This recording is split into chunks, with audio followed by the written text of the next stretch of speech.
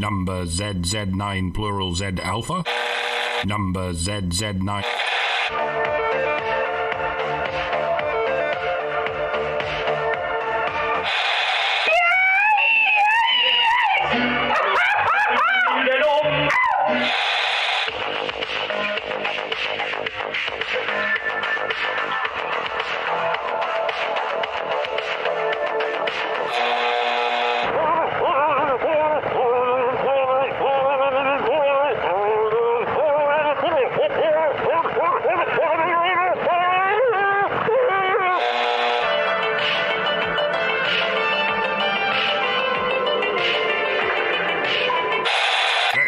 I said I've never seen such hideousness in all my life. Listen to all this, Yeah, couldn't agree more.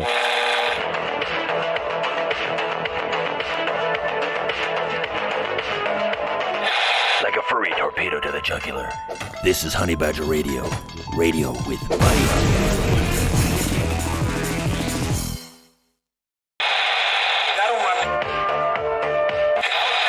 But the senator, while indoctrinated, could not explain his toxicity.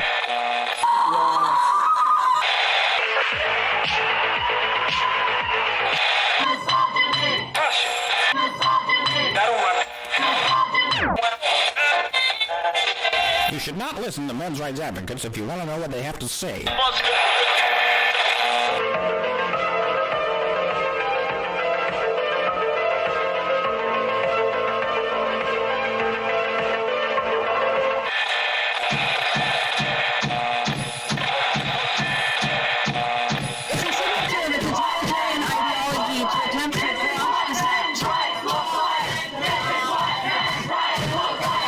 Let's begin it.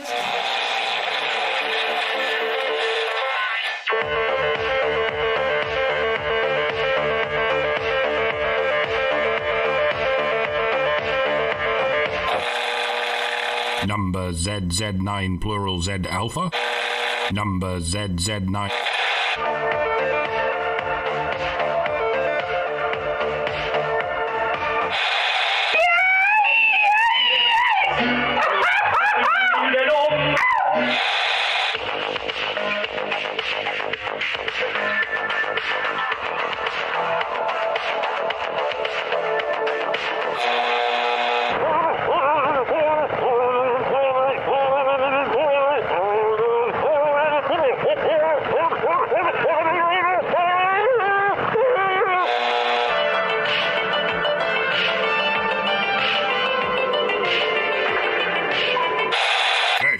I said I've never seen such hideousness in all my life. Listen to all this, Yeah, couldn't agree more.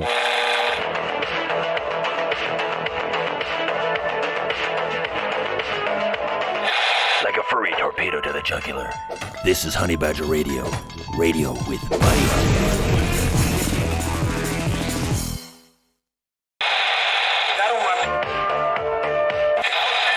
But the senator, while indoctrinated, could not explain his toxicity.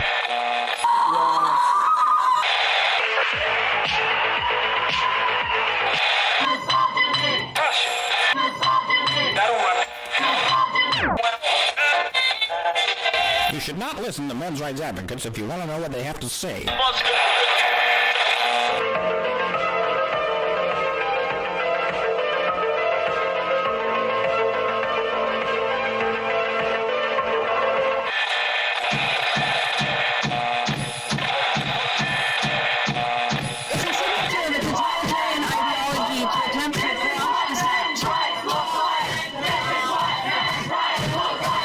Let's begin it.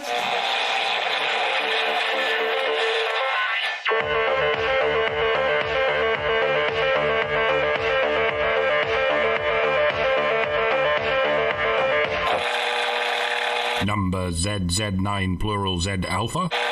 Number ZZ9.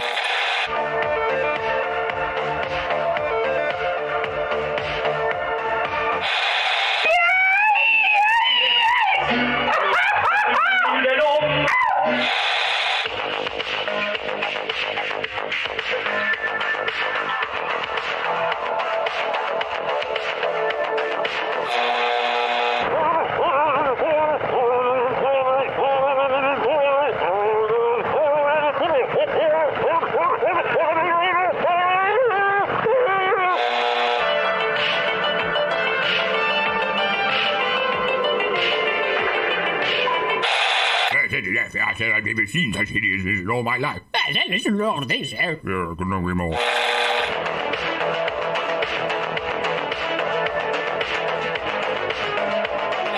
Like a furry torpedo to the jugular. This is Honey Badger Radio. Radio with Buddy.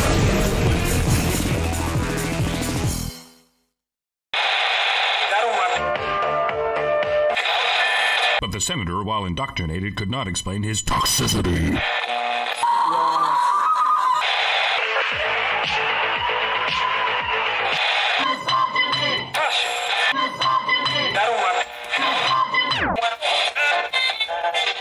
You should not listen to men's rights advocates if you want to know what they have to say.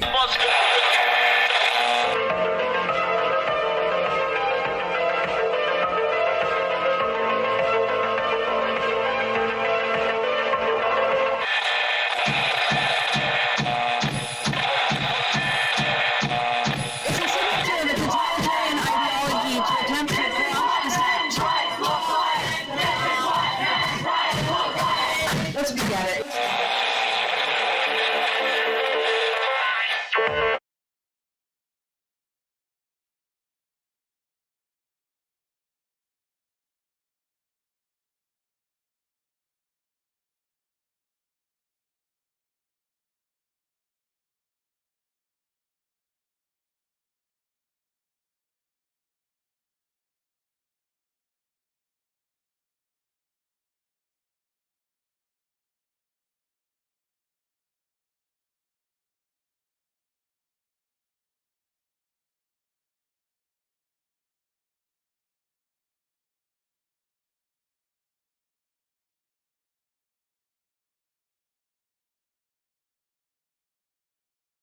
Holy shit, it literally unmuted you guys, but not me.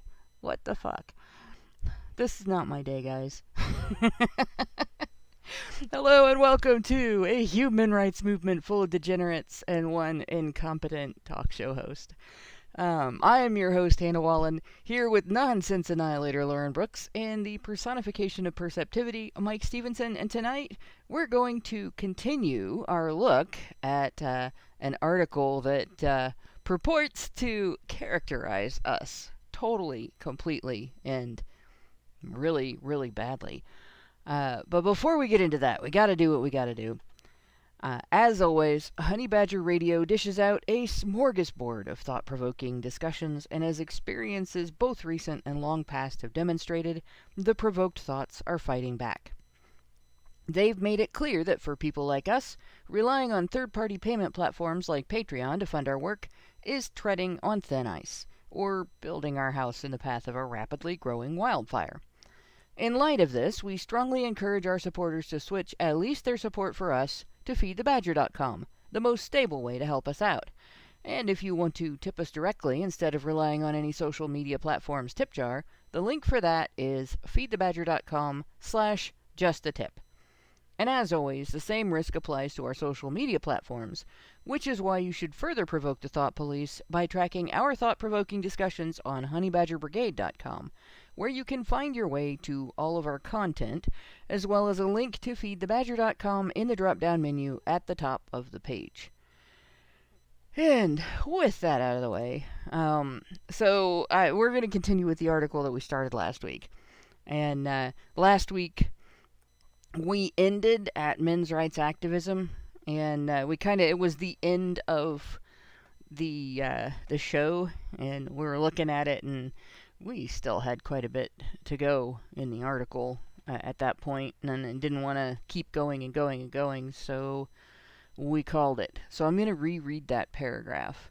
And apologies to everybody if I sound off tonight. Dealing with an allergic reaction to an accidental ingestion of mold this morning. So, but, in any case... Did you eat blue cheese? No. Blue cheese warns you by being so weird tasting. Actually, I am allergic to that, though. Oh, thank God. That is horrid stuff. I don't know how people enjoy that. Well, the worst part is, love blue cheese. I've wasn't allergic never found to a cheese I don't love. I wasn't allergic to it till adulthood. So I just, it's one of those allergies I discovered at work. had a salad with blue cheese dressing and had to spend the rest of the day itching.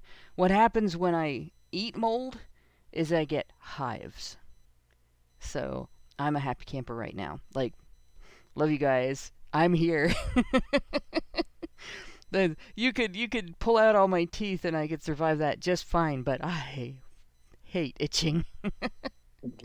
Yeah. Yeah, and hives are like big old mosquito bites all over your body, so in the warmest of the warm places. So it's a fun experience. But at least you're not going to die like you would No. from actual mosquito bites. So Yeah. high five, everyone's still alive. Woo.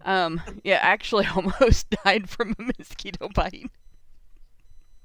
That's a God. really disgusting story too. Not as disgusting as the time I thought I was almost dying from food poisoning. I wasn't. I was not in that level of danger, but I did almost die from. It wasn't the mosquito bite. It was the virus the mosquito was carrying. It was it still sucked, right? But yeah. So if I sound off tonight, it is because I'm a little distracted and didn't get any sleep today and I'm tired. So there we go. So the article. Let's see, and I scrolled up too far for the window that you guys can see, and listeners. We are. Let me go ahead and post it. Copy. And I'll post it in the live show chat so that my co-hosts have the link again. And it looks like you're clicking on a YouTube video, but there's no YouTube video. And obviously you want to scroll down to the bold text that says men's rights activism, in parentheses, MRA. And remember that they compared us to Black Lives Matter and All Lives Matter, which I think is funny because the argument that all people are equally valuable and important as human beings is what offends them in both cases. Like, all people matter equally in terms of real mattering, not what other people might think.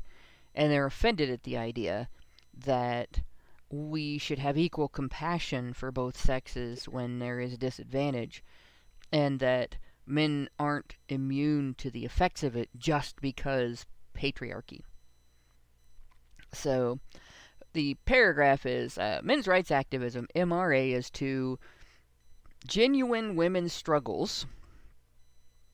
I guess, I don't know if they're referring to genuine women or genuine struggles there. Genuine women's struggles, what All Lives Matter, or Blue Lives Matter, is to the Black Liberation Movement, or what EWS is to the reservation policy.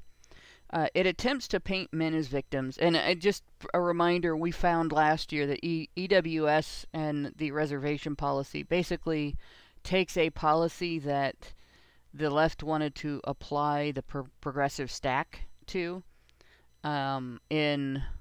I say left, I mean the collectivists, the victim grifters in India wanted to apply the progressive stack to, and instead it was equally applied across the board in terms of you can't discriminate in certain ways. But anyway, it attempts to paint men as victims of power structures and justify the consolidation of male power as self-defense. For example, MRAs respond to legitimate calls for criminalizing marital rape by attempting to foil it with the bogey of false rape or dowry cases, or cynically bringing up cases of men being raped by women, while ignoring facts of sexual violence committed by men against other men by police and militaries. Is there any other way of bringing up cases of rape other than cynically? Who optimistically brings up cases of rape? What does that mean? Rapists. Yeah. And comedians occasionally, but not for real. then they get grilled about it in court. I guess genuine women's struggles advocates. Yeah. It's kind of ironic how often TERFs equate trans rights activists with men's rights activists, even though trans rights activists are all feminists, like without exception, with vanishingly few exceptions. Is one faction of feminists versus another faction of feminists, and they both call each other MRAs in order to discredit each other. Yeah. It's funny, but at the same time it's sad because you have one faction of feminism promoting the idea of trans issues and gender dysphoria as a sort of a cure-all for toxic masculinity, which is a thing they made up. So they made up the disease, and then they're promoting as a cure for it something that they have perverted and exaggerated and are portraying as something that you can choose to experience rather than something that is an adverse experience for which transitioning has been the traditional cure, right? Which it doesn't necessarily cure it, it just treats it. But in any case, at that end, they're not helping anybody. And then at the other end, you have them using what their own movement is doing to just demonize men. There are a few trans women in the men's rights movement who recognize that the hatred and fear of trans women as a population, which is a pretty small population, even with trenders and troons, it's still like, even with trans women who are not real trans women, it's still a small population, right? But trans women who actually experience gender dysphoria and use transitioning as a treatment for it, that's an even smaller population. So the number of them that are involved in the men's rights movement is, you probably could count them on your fingers and toes. And this is a movement of hundreds of thousands. If you look at Reddit, just Reddit alone, we're talking hundreds of thousands subscribe to the men's rights subreddit who engage in discussion on these topics or read about these topics and pay attention to what's going on. But if they think they can demonize us by association, that's what they'll do. And if they think they can demonize trans women by association, that's what they'll do, right? But trans women in the movement recognize that hatred and fear of them is based in misandry. The belief that they are not women, and they are still men, and therefore any misandry that one would apply to men who are not trans women would also be applicable to trans women. And that's why feminists just assume that they're some kind of predator. Right? They're usurping women's privilege, and they're invading women's spaces, and it just bothers them. Well, women have been invading men's spaces all of Gen X's lives. Right? When I was in high school, I was a journalist. I was a photojournalist, and it was kind of the talk of the sidelines for a while. There were new cases on the subject of women in men's locker rooms. Like 20 years earlier, somebody had sued to get into men's locker rooms as a journalist, and specifically in regard to football locker rooms, and won because it was considered a workplace, and she was considered a worker that should be going in there, because male journalists could go in and interview the football players because they were the same sex as the guys in the locker room. And so once women were allowed to go in and interview men in men's locker rooms, it was kind of only a matter of time before they started accusing the men of hostility, right? And when I was in school, that was happening. There were some allegations of being aggressive, not in terms of like sexually aggressive, but using nudity and hints of nudity and stuff like that to sort of be socially aggressive. Like, oh yeah, you're going to be in here while I'm going to walk through the room naked. Just how do you deal with that? You know, well, it's a locker room. Kind of expect that. But yeah, the men were basically told to cover up in their own nude space because a woman wanted to be in there so that she could do her job in there instead of doing her job outside the locker room. Where, like, if I was gonna interview football players, I would rather either catch them on their way in or on their way out. But yeah, women invaded men's locker rooms in the 70s, and then I've found numerous articles, and about women in men's restrooms over time, and there's one where there was a poll. Women answered the question, have you ever used the men's restroom because the line was too short or for any other reason? And about half of them said yes. Well, that indicates that they're not afraid of men. They're not intimidated. They know that it's not true when they say that being male makes you a predator. So they're offended by trans status. It's not about fear. It's about privilege. But yeah. And then there's this, to get back to the paragraph, MRAs respond to legitimate calls for criminalizing marital rape by attempting to foil it.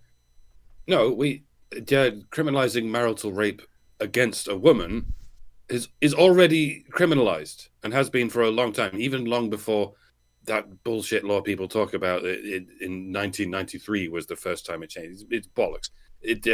In practice, it's never been illegal to rape your wife. It just had a different legal status. The only thing I've heard MRAs point out is that it is still not a crime for a woman to rape a man, especially not if it's her husband. And yeah, but here we are in upside down land. I don't know why I'm acting surprised that they're doing this. And then they say, while ignoring facts of sexual violence committed by men against other men. And they say by police and militaries, but they don't bring up prisons. Yeah, that's it's, as far as I know, that's the Joe Rogan defense. It's not your men do get raped a lot by other men, but therefore they don't count as victims because it's other men doing it. Right. Yeah, well, what's funny about that is if they do bring up prisons, actually, the greater perpetrators of sexual misconduct against prisoners is guards and other staff in the prisons.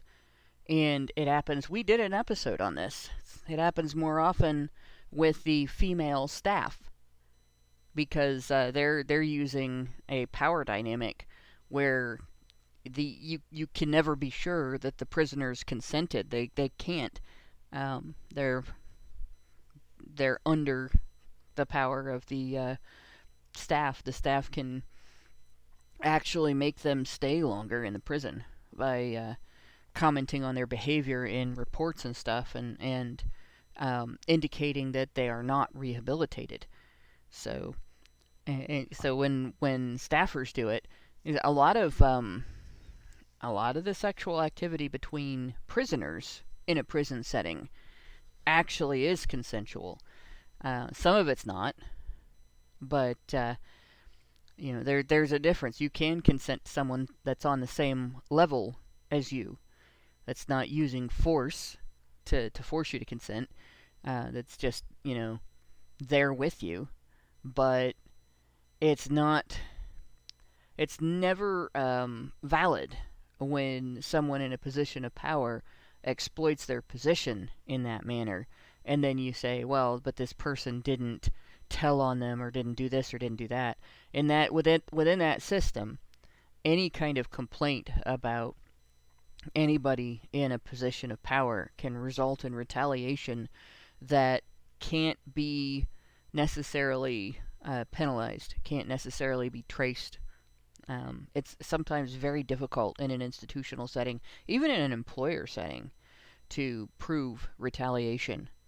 Like I've been a whistleblower in a job setting more than once and faced retaliation that when someone wants to retaliate against you, they can be very creative in how they do that.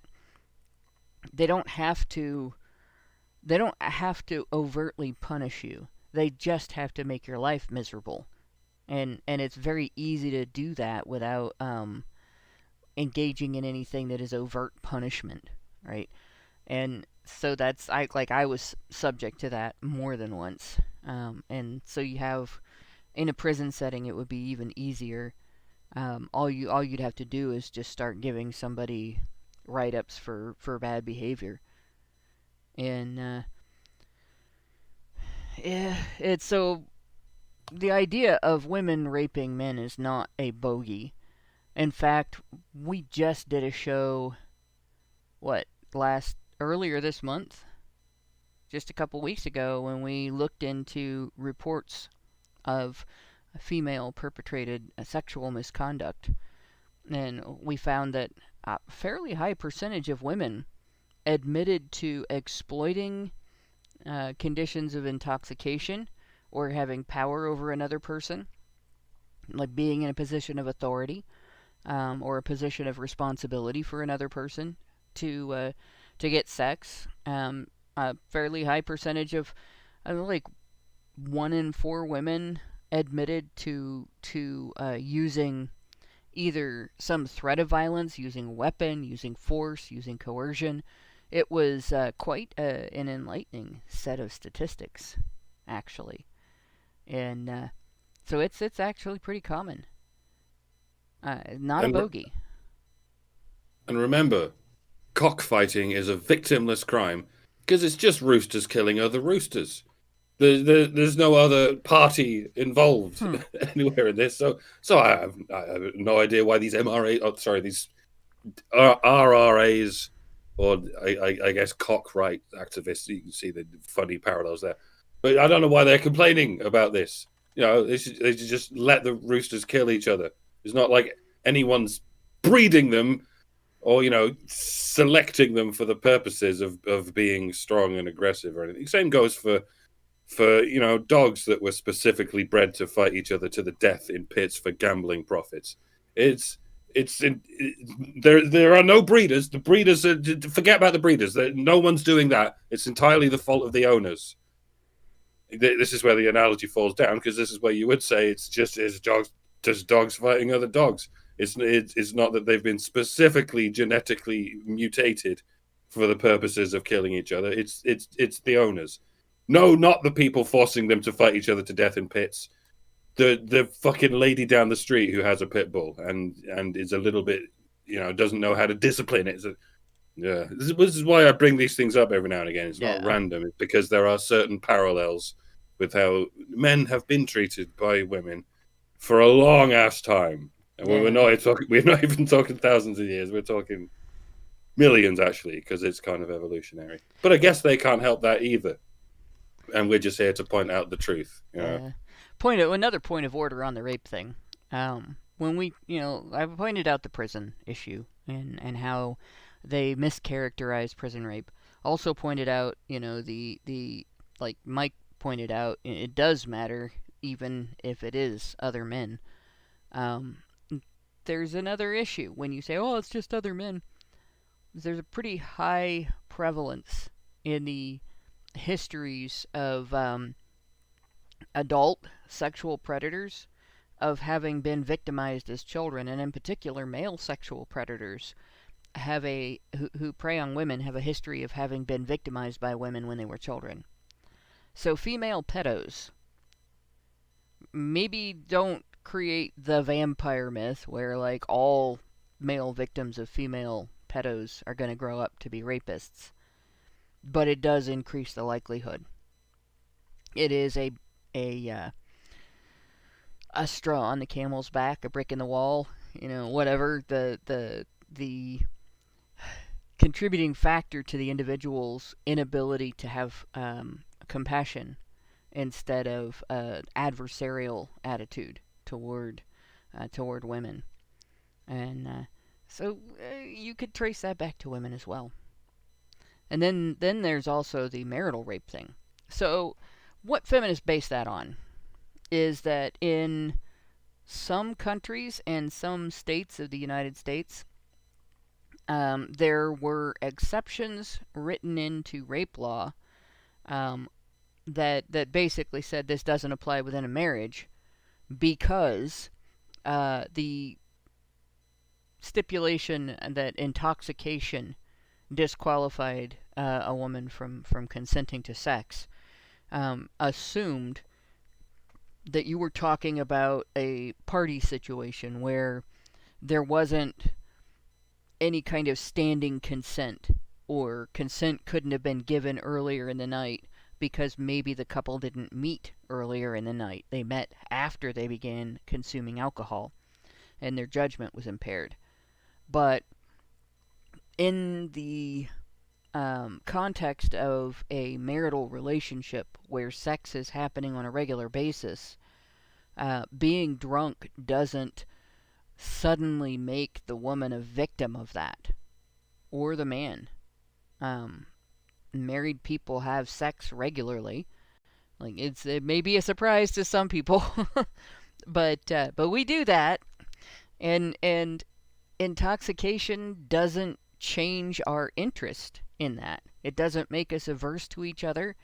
It unless you are married to somebody who is violent or mean or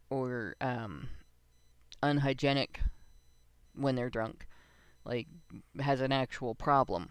But just the fact of having consumed alcohol doesn't suddenly destroy your attraction to the person that you promise to love, honor, cherish, and obey. And I say all four of those because this is only targeted toward women. They really didn't care whether men in marital situations were being coerced. So now you have, under the law, in a divorce case, a woman can go back and every time that she had sex with her husband while tipsy, maybe they had sex on New Year's Eve, maybe they kissed when the ball dropped and then just continued, especially if they're at home because they've got kids. But now it's rape, right, under the law, because there is no alcohol exception to the laws that remove the marital exception from rape laws, which is ridiculous. Married people should be able to have sex while drunk. We know each other, and we know each other's minds. We know what we want to do together, and we can communicate to each other. Yeah, I'm going to start drinking tonight, and I don't want to do anything else, so let's not do that. Or, that one does, and go from there. It's bullshit, and in my opinion, it's a way to break up marriages. Meanwhile, if a man had used physical force to force himself on his wife, that's considered battery. And even if there was a rape exception or a marital exception under the law, under rape law, in his municipality, in his state, in his county, in his country, whatever, the province, doesn't matter. He would still have faced criminal charges if she filed a complaint with police and said, he beat me up to get sex from me, right? That would still have involved beating her up. If he restrained or held her down, anything like that, that would still involve violence for which he could be prosecuted. And he would be treated more harshly in court if it was sexual. So it is bullshit to say that exception really mattered, that exception actually just legalized the behavior, because it damn well didn't. But in the meantime, it's still it still applies where men are concerned, not necessarily just because of marriage, but because court entities are translating even the newest rape laws where penetration is described, and so on, to mean the perpetrator penetrates the victim. So if a man is forced or coerced into penetrative sex where he's the one being enveloped by his rapist, it's not treated as rape. And we covered a story recently. I don't know if we did that on the main show or in the patron show, but we covered a story recently where a woman got away with raping her 2-year-old son because of that here in Ohio. And I'm still working on communicating the letter I wrote. I think I read a letter that I had written to politicians here in Ohio, and I think I've got it to the point where there aren't going to be any changes to it. So you should be looking forward to me at least be hearing back from somebody, because I'm just going to send it to everybody. You're supposed to be able to send to your own representatives, but I'm going to send it to like every representative that I can get contact information for, and hopefully they'll understand how serious that is. That they just let this woman off. This is a pedophile that they let off. She's literally a child molester, not just a child molester, but her own child. And they just let her off because they don't count it as rape, because she forced him to penetrate instead of him forcing her, or forcing himself on her, or instead of penetrating him. Which, why would a woman even need to do that? What does a woman get from penetrating? Nothing. So yeah, this idea of it being a bogey, it's absolute bullshit. And it's kind of self-defeating for feminists because, again, cases like that, while they don't necessarily automatically translate into a future rapist, they do increase all kinds of metrics in dysfunction, and one of them is a greater likelihood of growing up to be a perpetrator. Kid is also more likely to commit suicide and have all manner of other problems, drug problems, alcohol problems, social problems, academic problems, work-related problems, just from that. And is unlikely to get help because, the mother got off scot-free. So, but yeah, we're the bad guys, right? For talking about stuff like that, for being concerned about stuff like that. And for not blaming all of the sexual violence that men and boys experience on police and militaries. And the next thing is homophobia and transphobia. Manosphere ideologies, not ideologues. Manosphere ideologies insist on strict gender binaries and wish away the existence of gender and sexual diversity. Gender is a made-up concept and a bullshit cloud-shaped word with no objective meaning that was wished into existence by John Money and the carnival of pseudoscientific child-mutilating quacks who've been following his lead ever since. Do not try and Darvo us on this, you maniac. And sexual diversity is the same. It's another euphemism on the treadmill for the same thing. I fuck you entirely. Well, gender used to refer to if you had a device that you were putting together and one part had a hole in it and the other part stuck in the hole. The part that had a hole in it was female and the part that stuck in it was male. But that was gender.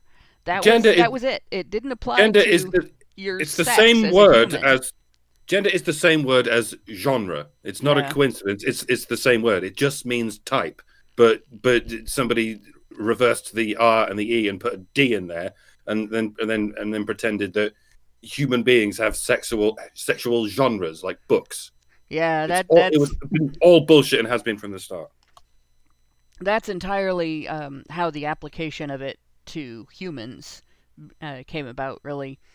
Like, hey, we used to only apply that to inanimate objects and to language. Like, there are languages that have male and female pronouns and male and female versions of other words that are not necessarily, they don't have an equivalent in English.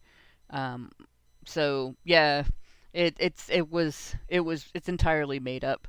But yeah, so we're gonna have fun with this one, because I'm sure that the trans women and trans men that are in the men's rights movement are like, if they get to listen to this, are gonna be going, what the fuck? And Yeah, I was just going to bring the aforementioned transgendered MRAs into the conversation because, hello, if this guy did any kind of, what is that called again? Oh, research, then he would have known that. You know what I mean? But no, whatever. This guy is he's a quack. and he's all on about diversity. Mm. Yeah. But, yeah, the mocking and denigrating of LGBTQ people and their lifestyles has become disturbingly common by both video uploaders and commenters on YouTube. I don't know. I haven't seen that. Like, as a member of the men's rights movement and a member of the alphabet population, I don't think I'm a part of the community very well, but as a member of the alphabet population, I kind of call bullshit on that. Just saying. Nobody has ever told me I can't be part of the men's rights movement because I'm bisexual.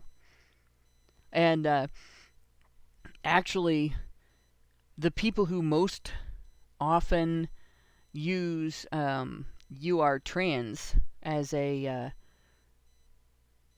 I don't know, a denigrating term, a personal attack on me, have been feminist women and feminist men for different reasons. And one trad cuck red pill dating coach who I think has an IQ of 12, so he doesn't count. But yeah, it is. I don't think I've ever had a men's rights activist look at me and be like, "Oh, you must be trans because you're not cute," or neotenist or whatever.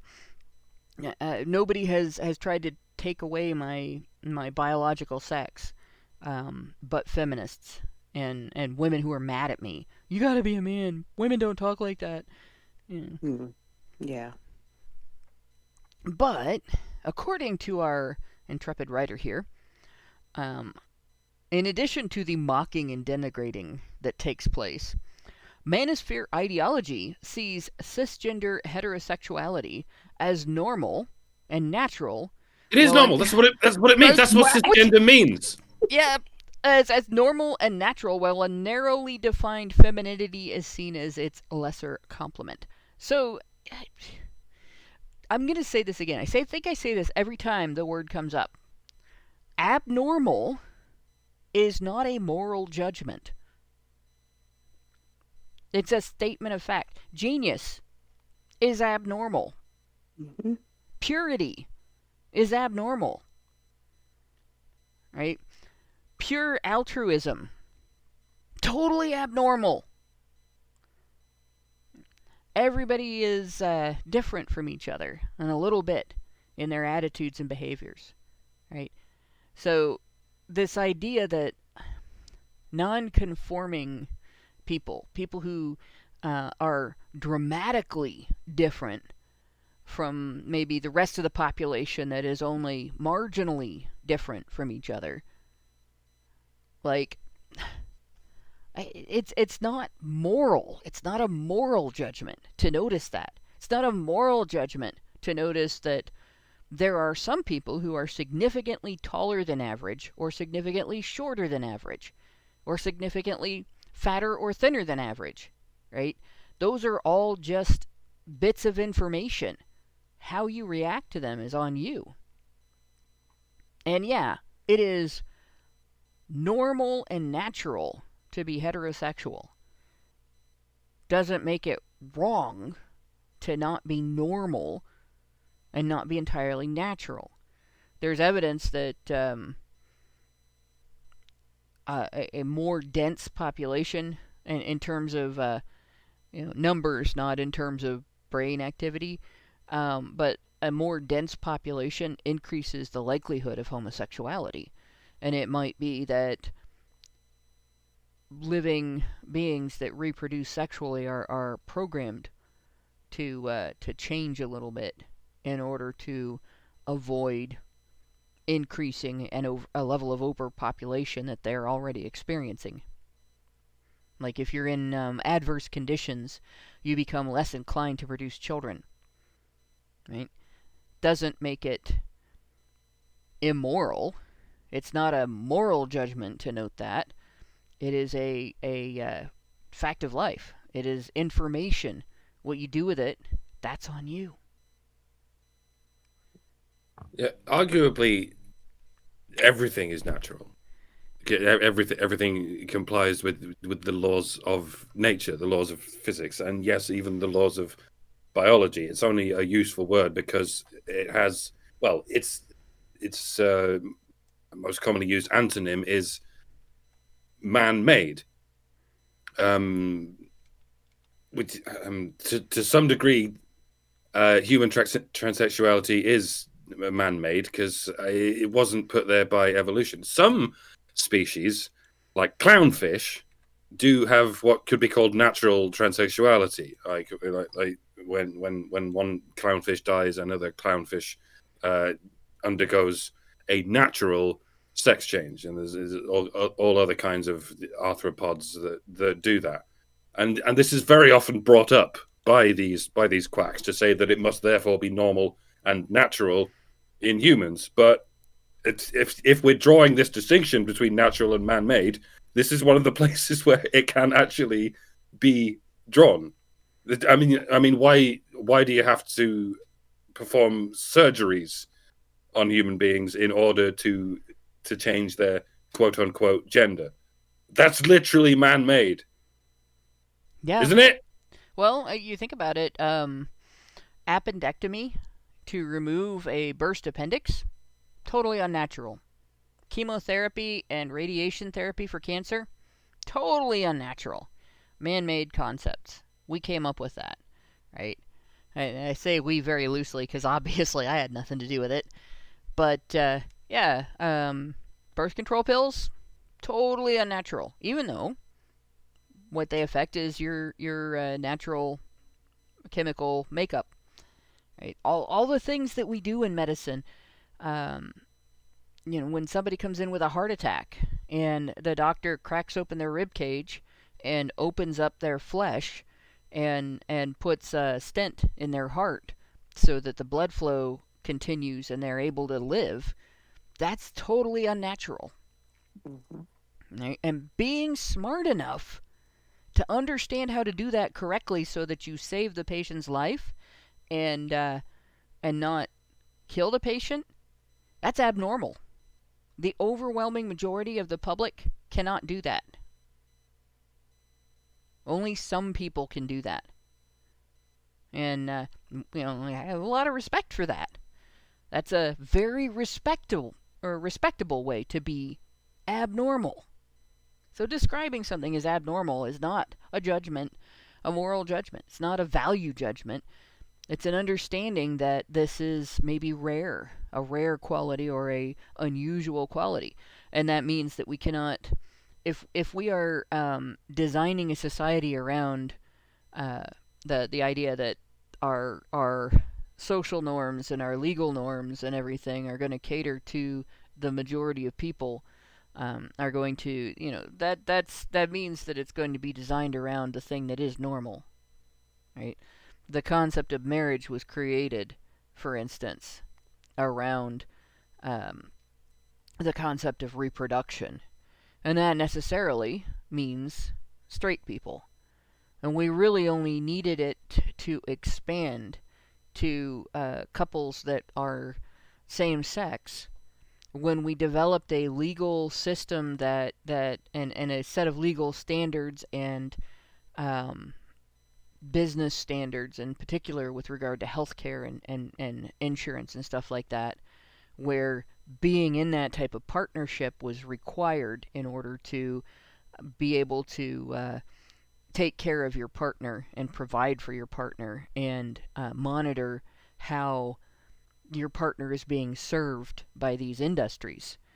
And so now, we've had to have that expand to include marriages where reproduction might not be part of the marriage. That there are even through artificial insemination, like maybe childless gay couples and childless lesbian couples still need to be able to have that legal stipulation. But they didn't need it 200, 300 years ago. Right?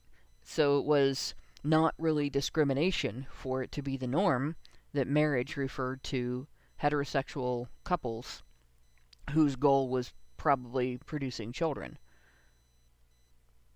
But in any case, yeah, talking about things in that way does get us hated by these people. So they think that we see cisgender heterosexuality as normal and natural, while a narrowly defined femininity is seen as its lesser complement. Those are his words. Yeah. Those are his words. Nobody on this side, nobody over here said that.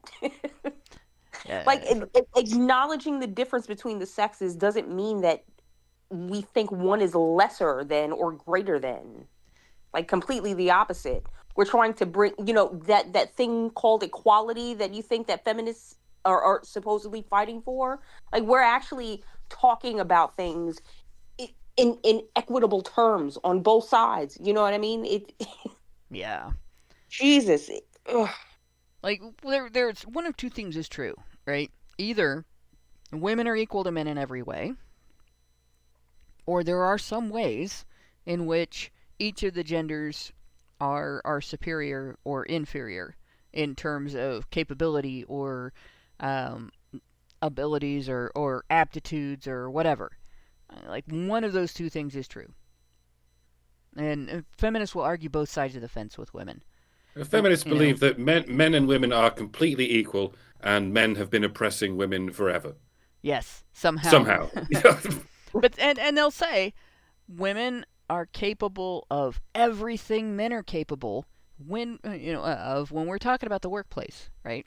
We're talking about who does the heavy lifting, who does the hard jobs, who does the dirty jobs, who does the stinky nasty going down into the sewers and breaking up fatbergs job, which, by the way, in India is way grosser than it is in the US, because we have technology here that is used in our sewers that makes the job more sanitary, where if you can find pictures of sewer workers in India that the conditions that they work in, it's just horrifying. And there are men who have gone into empty sewage tanks to clean them out that have died from asphyxiation from basically being fumigated. All right, like they've basically been poisoned to death with methane by being in these tanks, and it's a common problem. And of course, poverty is associated with it, caste is associated with it. There's an element of racism and religious discrimination associated with it. But it only affects men. Women do not do that job. That's a man's job. And feminists don't want to change that, right?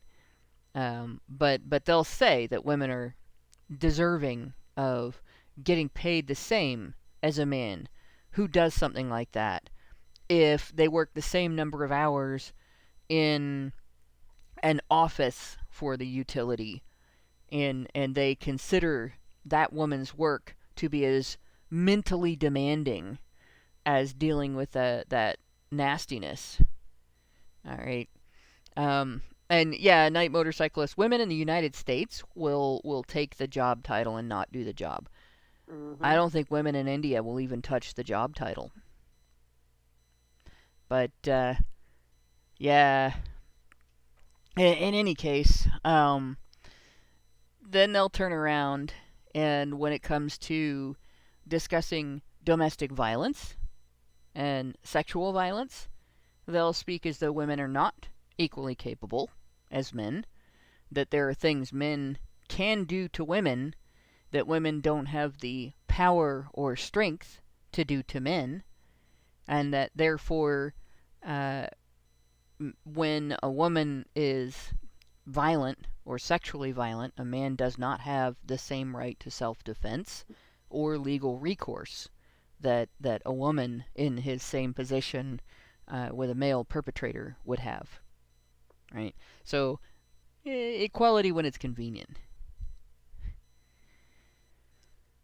I lost my place. That's what happens when I'm tired. Any challenge to this dichotomy is considered unnatural and a sign of the modern corruption of society. State representation repression of gender and sexuality is celebrated, and members of the community are baselessly derided as pedophiles and groomers of children. So this has to be a response to the whole teachers trying to gaslight children into believing that they are parts of the community when they weren't before they entered the classroom. I'm calling it torture now. I'm sick of all the euphemisms. Groomer is a euphemism. Gaslighting is a euphemism. It's torture. Straight up mental, psychological, and physical torture of children. Yeah. Conversion therapy is torture. And that's what this is. This is conversion therapy. It is not the same to complain about the history of conversion therapy, where people actually tried to force gay people and lesbians to be straight. It's not the same to complain that teachers aren't being allowed to gaslight students into thinking that they are something they're not, as it is to complain that the whole medical profession, and in particular the psychiatric profession, is trying to gaslight, is trying to gaslight gays and lesbians into thinking they're something they're not. Like, one is being told, no, you can't do that to the children. The other was doing it. It's ironic that we call it grooming when grooming is something one does to a dog or a pet. It's just, it's combing their hair once in a while and giving them a bath. But if a teacher treated a child as a pet, namely, locked them up in a room and only let them out on a chain of some sort, gave them just a cushion to sleep on at night, is there anyone who wouldn't be like, yeah, I think that's not okay. I think you can't treat other people's children like that. And I guess we are at the point now where if a child decides they are a cat, then there are a lot of children there are a lot of teachers that would demand everyone treat them like a cat. But if the teacher is the person who in the first place said, hey, you child, you're a dog. Did you know it's great being a dog? Do you know it's going to be great if I treat you like a dog? And then the child goes, okay, I'm a dog. Treat me like a dog. Spank me around the head whenever I, do something wrong. Pick up my shit. Well, that's the other end. They're not going to pick up their shit. Nope. if a child shits on the floor, then you're not just going to pick it up. You're going to, probably rub their noses in it. All of this is wrong. The thing the objection that I actually have to the grooming term is it used to be used as a term to describe preparing someone to take on a role in the workplace. So you could say someone was being groomed for a management position. meaning that their mentor was helping them to change the way they did their job and they approached their work environment to switch over from an underling attitude and style of doing the job to becoming an authority figure in the workplace and filling a position of responsibility. And there's a whole process that goes along with that, because there's training and stuff, but there's also, you need a change of attitude toward your workplace and your colleagues and management in the workplace and everything. There's a level of ownership that you have to take of that workplace when you are being groomed for management position, right? And that's actually a good term in that it is similar to styling your hair and cleaning you up and so on, would be like you're grooming somebody, you're making them more presentable and making them more prepared, right? But when we use the term in regard to sexual grooming, it is a manipulative tactic. It's not something that's done consensually. It's something that is done to take away somebody's ability to defend themselves against violation of their autonomy and their personal boundaries. And it is still styling the person in a way. It is still, it's similar in that it's a change of attitude and a change of like your outlook when you're being groomed. You have your understanding of your boundaries taken away. It's being chipped away and eliminated, and your understanding of your ownership of yourself, for lack of a better term. Like, it's not my body anymore, it's our body. And you end up with sort of a fake connection to the person that's grooming you, and a sort of a fake sense of ownership, combined ownership of each other. It's like a fake relationship, and it creates an attitude of defensiveness toward the rest of society in regard to that person. So you would want to, as a individual that's been groomed, you would be protective of your perpetrator, and you would hide what's being done to you in order to protect your perpetrator. You don't want your perpetrator to get in trouble because you don't recognize that what they're doing to you is wrong. And so it's like two sides of the same coin.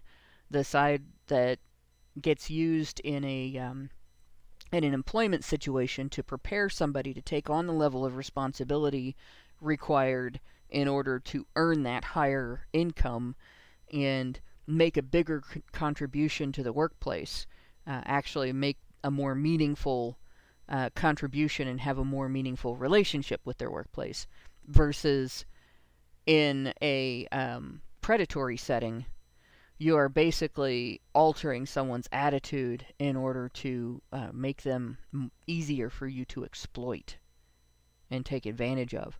And the big difference is an individual being groomed for management in the workplace knows that's what's happening. They know that they're being taught a whole new way of doing their job and being in that workplace. And they agree to it as an adult who wants to take on that role and wants to be successful at it, where a child doesn't have the capacity to do that. And a teacher of all people should know that. They take early childhood psychology courses out the wazoo. I started down that path of becoming a school teacher years ago, and one of the things that I looked at in the curriculum was that I was going to be taking a bunch of early childhood development courses and other psychology courses related to learning and childhood and development. And I started taking those as my electives. And one of the things that you learn is there is a level of incompetence, I guess, would be the best way to, in children, that is biologically caused. Their brain development, their physical brain development isn't complete, and they don't have the capacity to even if they're highly intelligent, even if they have some levels of precociousness and maturity that maybe their classmates don't have, they still don't have the capacity to understand what you're doing to them when you engage in this type of not sex education but sexual manipulation. And of all people, teachers should be protecting students against this, and they're the ones imposing it. So yeah, it's ironic that this person used the phrase "state repression of gender and sexuality," because if your student walks into your classroom a developing mind, in a developing body, with a developing sexuality, that has an already set pathway based on that student's brain chemistry and that student's actual genetic history and so on, and you alter it, that is state repression of gender and sexuality. You are repressing that student's natural pathway. I mean, but of course, it's only recognized when it goes against LGBTQ, right? When it goes against reverse conversion therapy. So, remember when one last thing? Remember when Milo Yiannopoulos described male genital mutilation as "it's just good grooming"? Yeah. When we consider the euphemism and that it's something principally done to males on behalf of women's sexual preferences, their mother's sexual preferences, it makes a harrowing amount of sense. I still think about that a lot. Well, Yeah. I don't. I just remembered it just now, but yeah, it certainly didn't age well, did it, Milo? In some ways, I miss you. In other ways, There's I really a few don't. things there that didn't age well. But I mean, Milo ended up being the guy that was famous for being so heavily groomed, sexually groomed, that it was still affecting him in adulthood. I ended up going on a long rant about this, because when that happens to you as a child, and you are completely and utterly brainwashed by an adult into accepting behaviors and treatment that are abusive and of a sexual nature, you go through a process. It takes a long time to go through this process of it's almost like stages of grief and stages of anger, where you have stages of admitting that what happened to you was abuse. And one of those stages is trying to make yourself okay with it.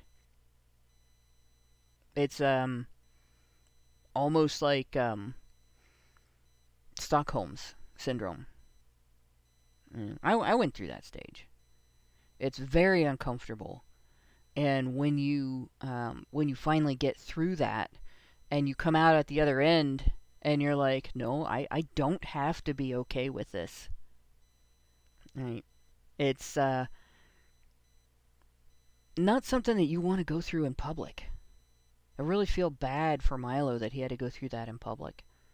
And one of the reasons you don't want to go through it in public is because people who didn't understand what happened to you, people who didn't experience it and don't understand the process that you're going through, will judge you for it. Like, it's not a moral issue going through that process. It's an issue of psychological injury where you are in need of community support for recovery, and demonizing somebody for being injured is not supportive. Right? Shame on you, you broke your leg sounds ridiculous, right? You don't shame somebody because somebody shot them and they're bleeding now. That sounds ridiculous. But you shame somebody for having a broken mind after somebody beat the hell out of it. That's normal somehow. It doesn't sound ridiculous, but it should. So I still am kind of sad, I guess. Can't be mad at people for that because it's also normal to respond to icky things by getting the ick, right? Yeah, that's why we have the holy frickin' yucky spider heebie-jeebie dance. You know, even though you are the size of a skyscraper to a spider, you know, at least most spiders, and you can crush a spider with your foot, or many spiders with your thumb, you know, it still terrifies the shit out of you for a minute when you find one on your leg. And it's the same thing when you see somebody's broken mind accepting something that they should never accept. So, but in any case, yeah, this idea that we're going to shame the public for objecting to reverse conversion therapy in our schools because it's okay if it's being done to convince people that they're gay or trans. Bullshit. It is every bit as evil to do that as it is to take somebody who actually is gay or trans and try to gaslight them and torture them and make them change their mind and break their mind. But you know, what does the left always say? No bad tactics, only bad targets. So our next thing, glorifying capitalism and entrepreneurship. Manosphere ideology deludes its followers into a dream of one day joining the ruling classes in their penthouses and sports cars by peddling individual improvement and change of mindset as an alternative to workers' solidarity and communal action. So in other words, we are being condemned because the movement is not universally communist. There are, by the way, communists in the men's rights movement. I've known some of them that have gotten very angry with me for being an anarcho-capitalist. And by the way, not every capitalist has a goal of joining the ruling classes in their penthouses and sports cars. Like, that's just bullshit. I've been quite satisfied, personally, to live as part of the middle class, or lower, at different points in my life. You know, and never tried to get rich or anything like that. And the difference is I don't resent rich people for having more money than I do and having more things than I do, more toys, more space, more indoors, more travel, whatever. You know, I'm doing what I want to do, and they're doing what they want to do. And it's not the same thing, and that's fine.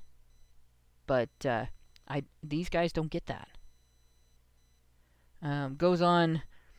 I have to say, if you think these gender ideologues give the slightest shit about the workers or their solidarity, I have all kinds of bridges to sell you. Bridges built by the bourgeoisie. When I say bourgeoisie, I mean women. Women used to be the bourgeoisie because they could just stay at home doing whatever the hell they liked while the men went out to work. After 100 years of this socialism in panties, those women have been turned into the working class, and they're just as miserable as the men are now. Yeah. And there's a hell of an overlap between people who call themselves feminists and people who call themselves communists. And just as always happens, it hasn't brought the general quality of life up from the ground. It's pushed everyone down from the sky. And yeah, they claim they love the workers, and now they've turned everyone into the workers except the 1%, and yeah, the 1% that controls everything, and the 4% is their puppets. And now the 90% have all been turned into serfs, and then there's the other 5%, which is us, as we try and get through to the 90%. Now it's the 1% getting the 4% to prevent the 5% from deprogramming the 90%. Yep, and actually, it's even less than 1%. Like that 1% statement. 1 in 100 people aren't that rich, but and it's fine that it's true that 1 in 100 people aren't that rich. Like that's. Not everybody's going to do that. Not everybody's going to want to do that. Not everybody's going to make that their life goal. And we don't have to. Right? We also don't have to be mad at people who do. But yeah. I need to clarify something because of conversation taking place in the chat. Just so people understand. Milo Yiannopoulos has not been accused of any kind of sexual misconduct with another person. It was done to him when he was a child. It's something that he talked about publicly. And because he was going through that process, he said some very awkward things that I bet he probably doesn't even agree with those things now. Because isn't he now presenting as straight, where he was presenting as gay at the time? And I think it was something to the effect of being grateful, backhandedly to the priest that molested him for opening up to his sexuality. And now he's saying that he's straight, not gay. So he's probably regretting that statement. And I don't think that he should be made to regret the statement, because it was part of that process of coming to terms with what happened to him. And he might never have been gay, actually. Right? He might have been going through that it's hard to explain, but you try really hard to make yourself okay with what happened to you, because you don't want to feel broken. You don't want to feel like you've been ruined for the rest of your life. And like I kind of did the opposite of what Milo did, where I insisted on categorizing myself as straight for years. So yeah, people who admit to having been groomed are generally shunned by the powers that be. Whether in Milo's case it's saying he was okay with it, or with these increasing amount of detransitioners saying they were groomed and they're not okay with it. It really doesn't matter what your reaction is to being groomed by this cult. You're just not allowed to point out that it happened. You'll get yourself a smear campaign, one way or another. Yeah.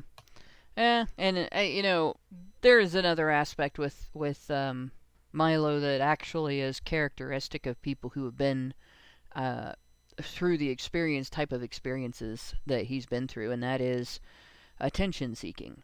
Milo says things that he knows are going to sound outrageous to people in order to get people to react to him. And it's like narcissistic feed when you give him attention for that. And it's not necessarily dysfunctional in the way that narcissistic feed is, because narcissists do it to create conflict, and I think Milo does it just to create, people paying attention to him, and it doesn't matter if there's conflict or if he is universally hated for it. It's all the same, it seems like, to him. So and he feeds on that. But that actually is a symptom of psychological damage from being molested. That's actually not uncommon. It's just that he has a much bigger platform to do it in. So, but yeah, back to the capitalism and entrepreneurship. So we are accused now of, they push a culture of hyper-individualism, alienation from the community, and unfeeling consumerism. I don't think I've ever heard anybody in the men's rights movement insist that we are not part of a community. The fact that we're a movement kind of precludes that, nor have we insisted on unfeeling consumerism. In fact, we've criticized women for it in a number of ways. But yeah, men are taught to become high value by commodifying themselves and objectifying women. That seems like it's addressed specifically to the pickup artist and dating coach end of the manosphere. Because there's actually a lot of the older school MRAs, like the boomer generation of MRAs, have heavily criticized the social standard wherein men have traditionally been expected to commodify themselves. Like, objectifying women is kind of a made-up thing, so I'm not even going to go there. Now we have fitness culture and gym bros. Fitness is sold as the de facto route to establish one's masculinity and separate oneself from the stain of femininity. The gym becomes a site of male solidarity and upliftment, and the trope of overcoming the self-righteous feelings of betrayal and hurt caused by a woman through working out is common. In this subculture... I'm waiting to hear how the fuck this is unhealthy and stuff. Yeah. In this subculture, women are portrayed as a force of emasculation and distraction that are out to stop you from becoming the physically desirable man that they will themselves chase. The kind that they choose over your present self because you are weak. That's it. That's the whole paragraph. Are they aware that women can also work out? Well, they can try. A lot of them will just go to the gym to set up a camera and try and accuse men of staring at them, but there's nothing stopping women from working out and still being feminine. Yeah, you don't have to grow massive muscles and abs in order to be physically fit as a woman. That's bodybuilding. Like, bodybuilding is pointless anyway. It's not the same as being physically fit. It's just a usually steroid induced form of, well, kind of objectifying yourself, actually. I don't think the person that wrote this knows the difference. Yeah, no. But yeah, you're right. My brother was a fitness guy when we were younger. He still is somewhat, but it's much less of a thing for him now because we're old, we're middle aged, but. He still tries to be healthy, right? But he actually got into it enough that he read Arnold Schwarzenegger's book on bodybuilding and learned all about the body's metabolic processes and how they work and what all the contributing factors are and everything. Could have probably graduated with a dietetics degree if he'd have stuck with it.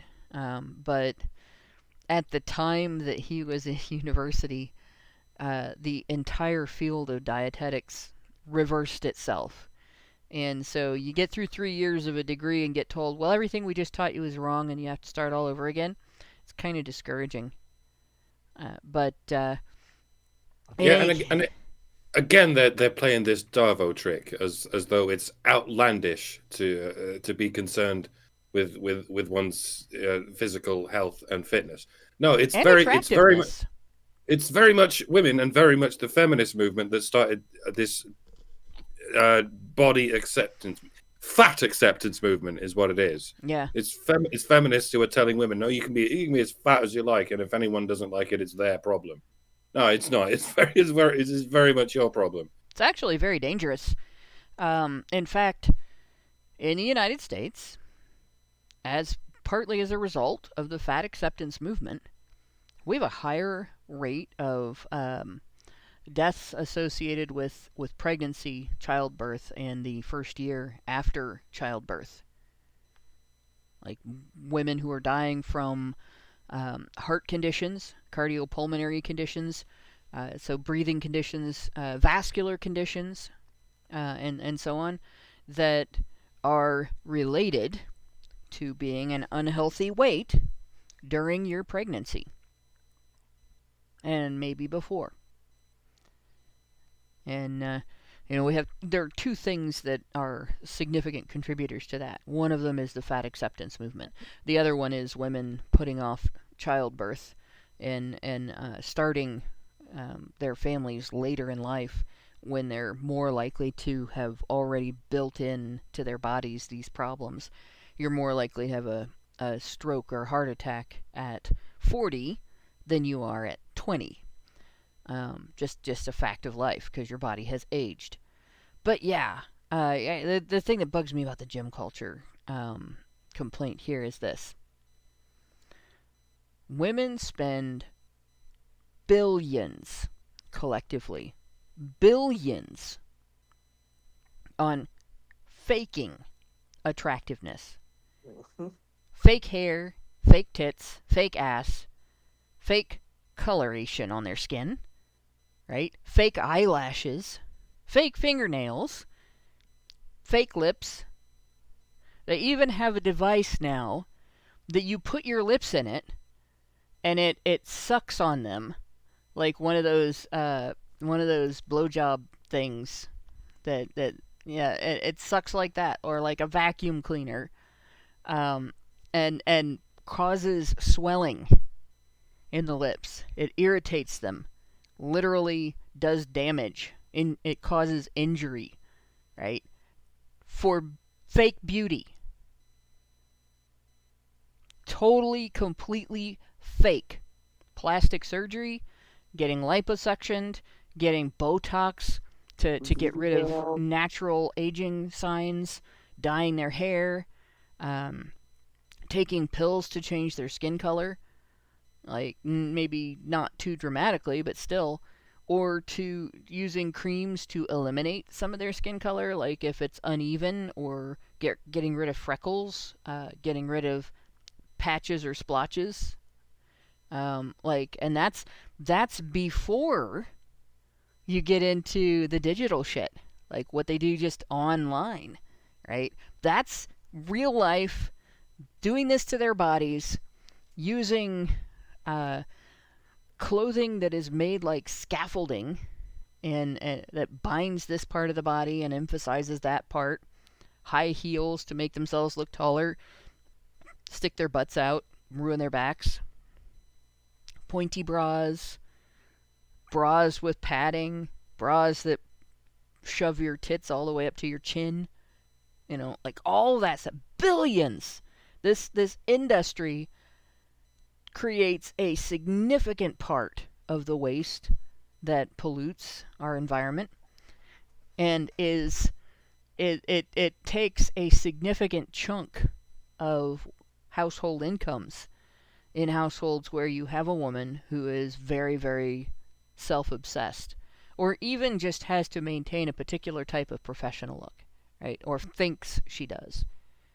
Or just likes to have purple hair, or big lips, or, big butt, or a skinny body, or whatever. Right? Billions of dollars. But a guy going to the gym and lifting weights, running, walking on a treadmill, going on a highly nutritious diet in order to achieve an actual, real body shape to make himself feel attractive, or to even be professionally attractive. Like, he's the bad guy. He gets demonized. Something's wrong with that guy, who is actually changing his body through healthy means to display his good health to attract a woman who wants to be with a guy who looks healthy. Well, that's the problem. Right there. He's trying to attract a woman. He's a pervert, Hannah. Like, that just, he's the bad guy, right? Yep. She can lie to you about every aspect of her physical appearance. Yeah. And she can have the biggest parakeets in town, but as you go to caress her, you see them on the dresser. The biggest parakeets in town, right? But if you actually pump iron so that your biceps are nice, and your pecs are nice, and your stomach is flat, and you're strong, shame on you, huh? I mean, how dare you? Women put makeup on to go to the gym. Oh my God. That's the level of fucking. I don't even know what to call it. Narcissism. I don't think nothing really seems to just tap it right, hit the nail on the head. I can't find the word. It's just so self-obsessed. If I put makeup on to go to the gym, when I came out of the gym, I would look like a federal disaster. If you actually made an effort to exercise, but these women aren't doing that. They're going true. to the gym like, yeah. in the hopes that men will perv on them. That's why they have the cameras. When I go they're trying to get a gym bro boyfriend, basically. When I go exercise, I come out of there with my shirt soaked, like I'm covered in sweat. You know, but yeah, I just can't imagine. Of course, I don't wear leggings there either. I usually have shorts on because it gets roasting hot when you're putting out that kind of effort. But, gee, Pete. So yeah, fitness culture is bad, okay? And now we have profit above all else for YouTube. And this is great because, like, I'm looking at this going, we've been throttled our whole career. But you go on, writer. He says, as I said earlier, YouTube is an important resource and repository for all kinds of internet users. And the prevalence of ideology, of the organized right, and of course, being right-wing is, in and of itself, evil here, right? They're having a, like, left or right-wing outlook is a moral judgment, not just a fact of, well, this person thinks the solution to the social ills that we talk about is more government control and more collective application of authority. Whereas this other person thinks that government is part of the problem, that government control is making things worse, that people need to take responsibility for themselves, and that they will and can. And that needs to be part of the solution. And of course, anybody that's in the middle, in between, who thinks some things have government solution applications and some things don't, really gets demonized. And like, I don't agree with any of those perspectives necessarily entirely, although I think that the greatest number of solutions comes from eliminating government control. But there are people in the men's rights movement that would disagree vehemently and have had vehement debates, very heated debates with me about that. So it's not like there's just one perspective here. This is something that we all have different ideas about, and it's important that those ideas get hashed out and discussed, and we don't just settle on something without that happening, because if we just settle on something without vetting it, that means that we may settle on the wrong thing and do more damage. But yeah. The organized right makes it sound like organized crime, doesn't it? The organized right is harmful to the cause of socioeconomic progress and transformation. The influence of YouTubers and their content is getting increasingly significant in today's changing media landscape. In other words, right-wing people didn't exist until right-wing people on YouTube made them that way. Well, to be fair, the legacy media, i.e., TV and newspapers, have been radically left-wing for God knows how many decades at this point. And yeah, it scared people that that YouTube featured the proverbial you, which exposed people to the idea that actually it's not a million communists for every one Nazi or whatever they call the organized right. It's actually there's a great deal more centrist and yes, a great deal more right-wing people than you would think, and even people who don't particularly identify with any point on the given political compass. We're just here to say, hey, we think feminism's bollocks. We don't particularly like communism either. So yes, I guess you could say that makes us right wing compared to communists. But yeah, there just hasn't. For the longest time, there was no pushback against communism or the communism in panties that has been called feminism for far too long.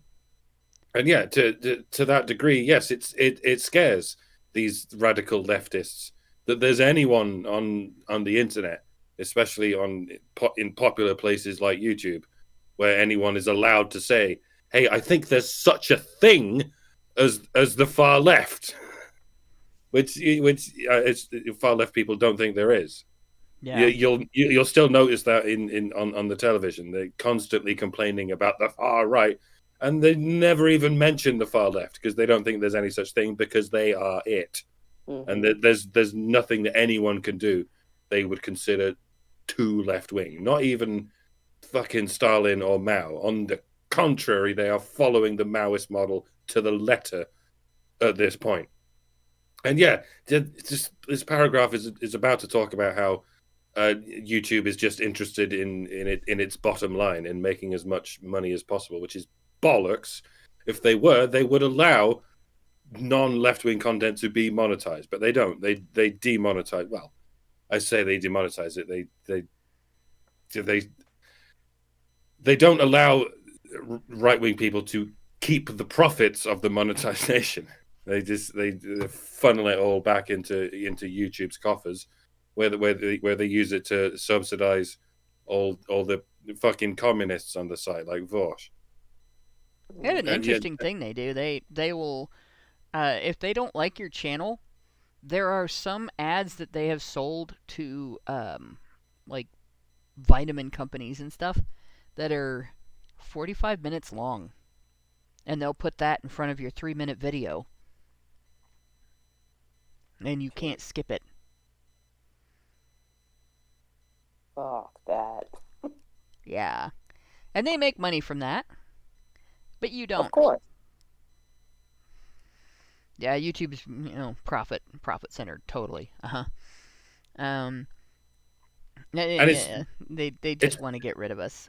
Famously, YouTube is losing money. I don't think it's ever actually been making money. It loses billions every year, sort of hand over fist, and they can afford it because it's part of Alphabet, which is making money from other shit like ads on Google and whatnot.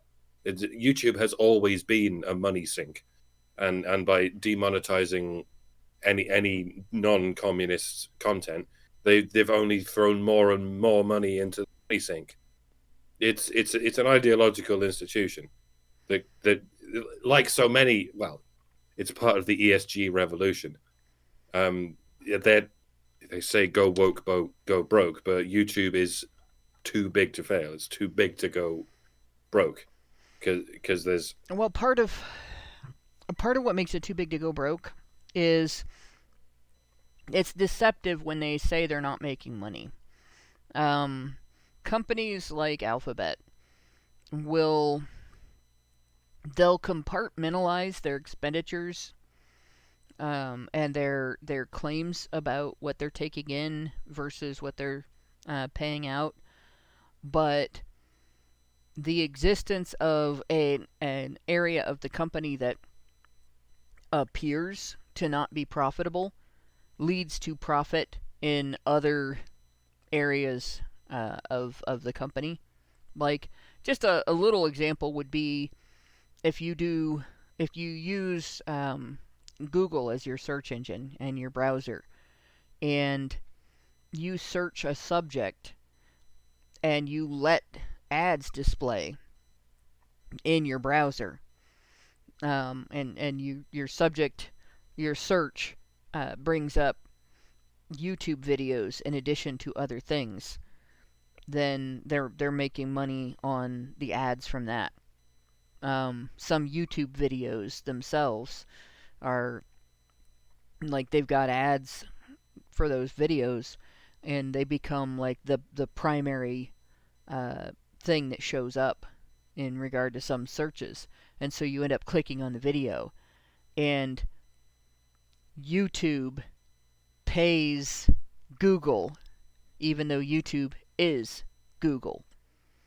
And maybe Google shows a profit because the money has left YouTube and gone to another part of the same company, but really it's just been transferred within the company. So it looks like the profit wasn't from YouTube, it was from Google, because YouTube bought an ad on Google. It's very tricky. So then they can say, well, this isn't really profitable, and we have to do this because we're not making any money, and we can't afford to just let you guys talk. But in reality, they're making money, and they're sort of hiding how profitable their site actually is. So it's not the first company I've seen do shit like that either. Banks do it all the time. But it goes on. Let's see. The influence of YouTubers and their content is getting increasingly significant in today's changing media landscape. In other words, we can't control the narrative because you get to talk. Yeah. Right? That's the complaint. The male supremacist manosphere ideology is but one of the many portals into a reactionary pipeline that serves to confuse and frustrate individuals suffering from alienation, loneliness, and extreme financial pressure.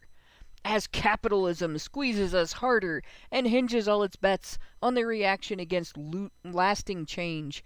So, in other words,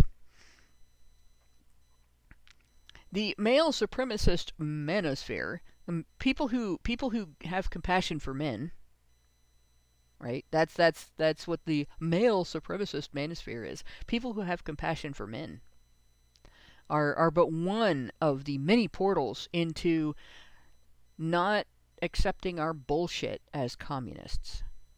Like, that's the statement that this guy made. Not just automatically agreeing with my perspective, and the suffering that he's attributing has to be because people aren't living the way he tells them to, and not because the war between capitalism and collectivism, economic collectivism, has left some people without recourse against government, and large collectives that are controlling large sections of the economy and squeezing out people who simply want to earn based on their merits. It's not like it goes both ways or anything, guys. No, it's all the capitalist's fault. YouTube and other platforms are incentivized only to increase our watch time and keep us hooked onto screens by shaping what we see and feeding us more of it. Well, that's true, but it's not true that includes right-wing content. They're very much about encouraging pedophiles to watch children dancing, but yeah, they're very much interested in throttling and shadow banning anything remotely right-wing, and especially anything men's rights leaning. It's interesting. This is very similar to the complaint that fast food places have this nefarious tactic of making their food taste good. And that makes people buy it. Like, that's it. That's the nefarious tactic. They make their food taste good, and therefore you buy it. It's addictive because it tastes good. And maybe their environment is fun. Like, that's it. Merit is something to complain about now. But yeah. Yeah, YouTube feeds you what you order. And if you order more, it feeds you more. It's supposed to, ostensibly. Yeah. That's why it's called YouTube. But when the government and whatever NGOs claim to be NGOs all start saying you have to start feeding people bugs, even McDonald's is going to go, okay, we'll feed people bugs because we're being told to, because we're being scammed into apparently making more money if we sell people not food that tastes good but food that is made of bugs. How is this going to help us sell burgers? It's not. Just don't give a shit about. They'll find a way. If there is a way to make bugs taste good, McDonald's will find it. I'm less concerned about the bugs in the food in the McDonald's than the actual McDonald's itself. I know. Well, yeah, it's probably already got bugs. Well, everything has a little bit of bugs in it already, but yes. You have to wonder what is in that pink slime. They promise us it's beef, but it's mostly bone. Chicken. Yeah, actually, here's something that people complain about that I don't understand the complaint. There's not actually anything unhealthy about eating bone marrow. There's not actually anything unhealthy about eating ground up bones. No. Like none of that is bad for you.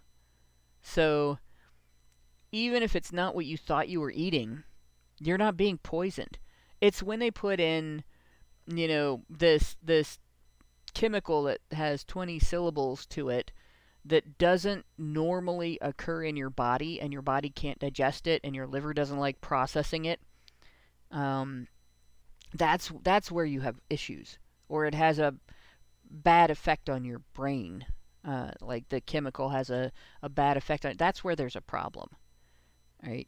But when they start feeding you chitin instead of bones, there's people don't tell you about chitin. It's the stuff that's in insects. Casing, whatever it's called, exoskeleton, and there's an alarmingly small amount of research has been done, or certainly been relayed to us as consumers as to just how poisonous chitin is, and that's basically most of what insects are made of. No, they are not the same as allergic shrimp. to it. Yeah, no, they're not the same as prawns or shrimp. When you peel away the exoskeleton of a shrimp, you find all this meat. If you peel away the exoskeleton of a fucking dung beetle, there's not much left over. There's no meat. It's most of it is this hideous stuff. And there's a reason we don't eat it.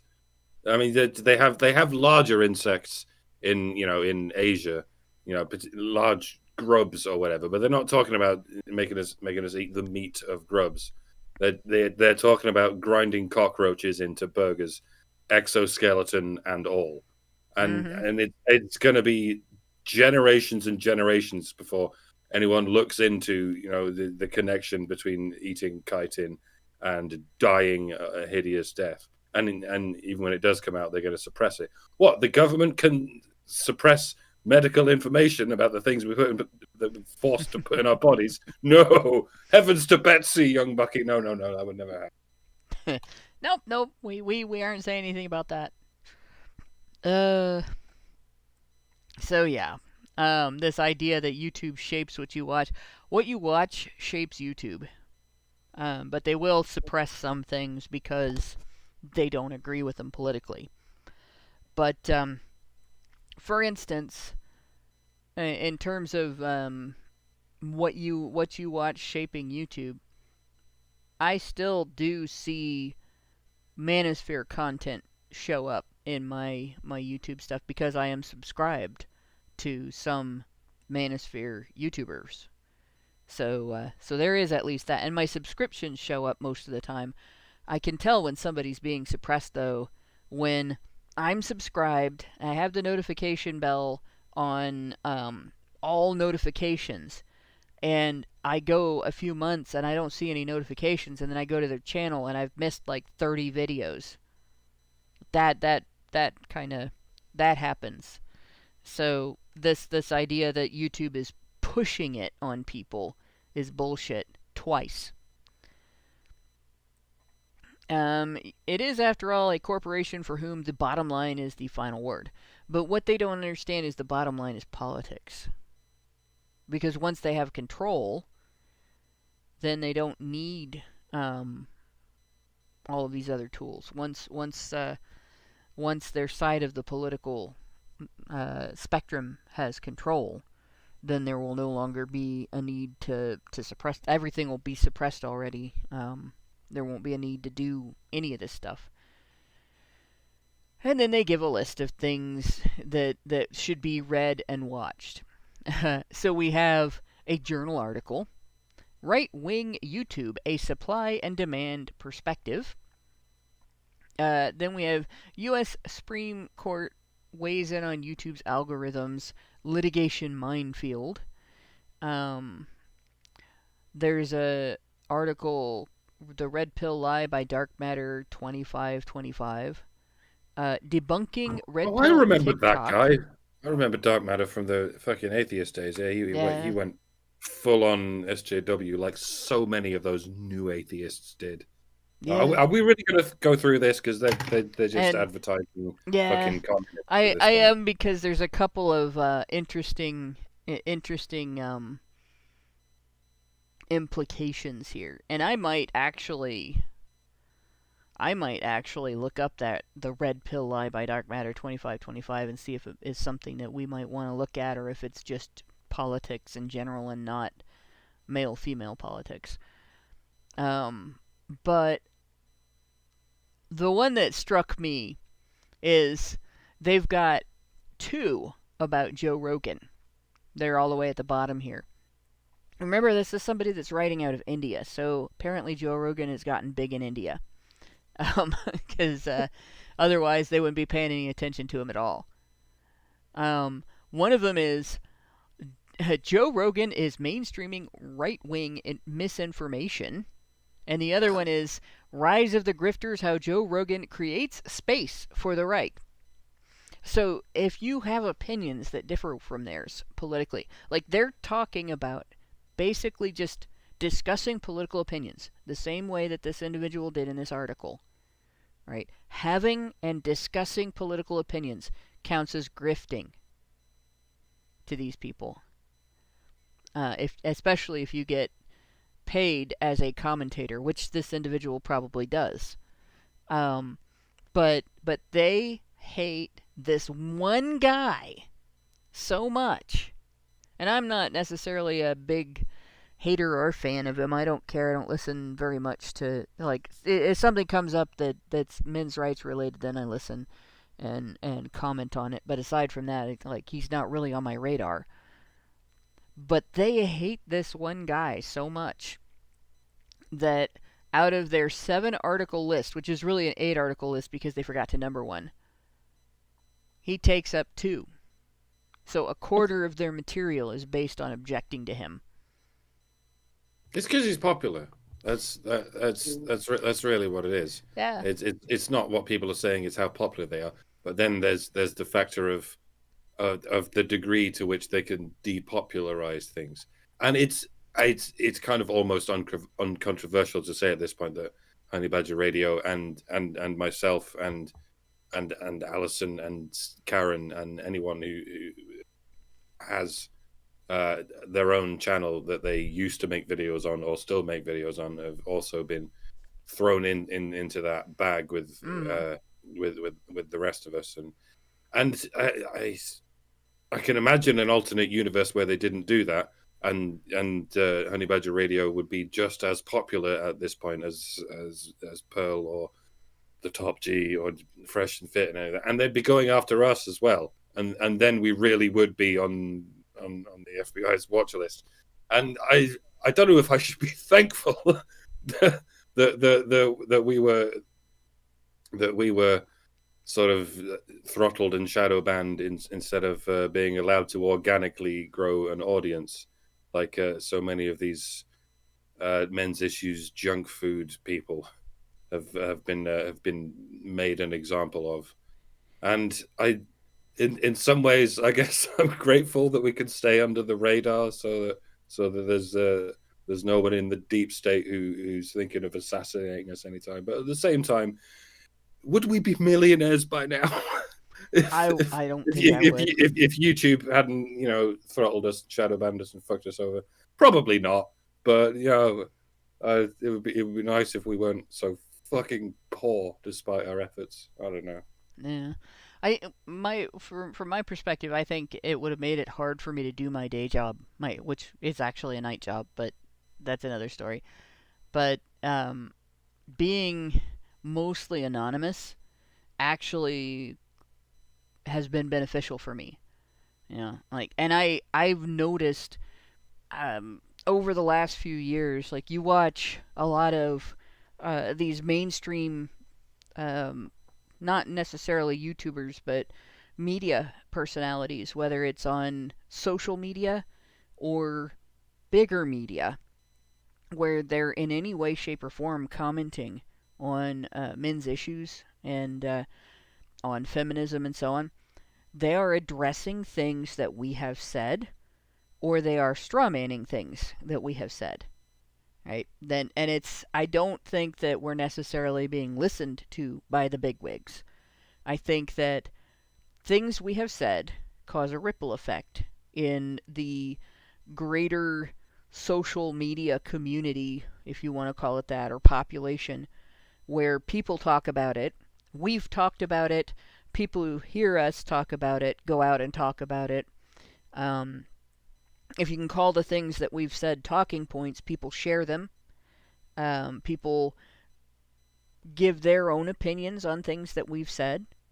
And eventually that ripple reaches much bigger people, and it gets those issues into mainstream discussion, where people who aren't necessarily active on social media hear about it, and then they have to consider it. And it's interesting when you have a discussion with people who aren't on social media very much, and they haven't had a lot of discussion about these issues, but you bring up a particular thing like the disadvantages boys face in education, and the next thing you know, there is a mom or dad of a boy going, yes, we have experienced that. Our son's teacher did XYZ. Or one of the teachers at our son's school just was mysteriously fired and nobody's allowed to know why, and we think this happened, or something along those lines. And I think that it's better in some ways for us to be able to influence in that manner, because we get, with that ripple effect, we get back and forth that debate that needs to happen in order for the best ideas to come to the surface and the dumb ideas to get crunched and crushed, than if we just made proclamations and people were like, yeah, so-and-so said this, so it must be true. Which happens a lot with bigger names. People will defend things. I've experienced this on Twitter too. People will defend things that not only that Joe Rogan said, but that commenters under one of his tweets said, as sort of Joe Rogan associated or adjacent things, and they'll die on that hill because of the name and the fame, just as much as people like this will oppose an idea specifically because Joe Rogan said it and he's quote-unquote right-wing or whatever. Whereas with us, we don't necessarily have that big name, so people have to listen to the actual statements that are being made and consider that. And obviously there's still people that knee-jerk oppose anything that involves compassion for men or accountability for women. But it really is easier to top from the bottom in political commentary. I don't know if that makes sense. Yeah. Yeah. Yeah. And no, I don't think the idea is the marketplace of ideas bringing the cream to the top is an Enlightenment myth. It's more if there is something that can be criticized about an idea legitimately, somebody's going to do it when there's an open marketplace of ideas. If there's a flaw in an idea, somebody's going to point it out, right? If an idea has less flaws, and people start making up flaws, people are going to point out the flaws in their arguments. And that does happen in terms of both political ideas and choices of action, courses of action. It works well as long as people are not punished for criticizing ideas that are popular. But in any case, I think that we've pretty much... the article's done, so I'm going to go into our super chows and then our super chats and stuff. So our first super chow actually was at 3:30 p.m. Zapier gave us $50. Did not say anything, so thank you, Zapier, for the $50. And that is much appreciated. Then Meredith G gave us $5 and at the start of the show and said, HBR Talk 295, honey for the Badgers. Richard Beer gave us $5 and said, remember that the two daughters of Lot in the Old Testament also got him drunk in order to take sexual advantage of him because they thought that they were repopulating the earth because they thought Sodom and Gomorrah being leveled was the entire population of the world being exterminated. Yeah. That and obviously that did not go over well with Lot. He recognized what had happened to him. The Bible actually held them more accountable, and Christianity's pretty gynocentric, but the Bible actually held them more accountable for that than modern society holds women in terms of their actions and behaviors. The very idea of attributing everything that happens ever to one singular God who happens to be male. Now, I know that sounds androcentric, but when you see the effect it has on humans, it's kind of encourages gynocentrism. It's like everything that happens is the fault of a patriarch. You see how that? Now, obviously, there's other ways in which Christianity held back gynocentrism, but also pulled it forward. It's very difficult to walk that tightrope of maintaining everything that works about human nature and suppressing everything that might destroy it. But there's always people who take the wrong things too seriously. Yeah.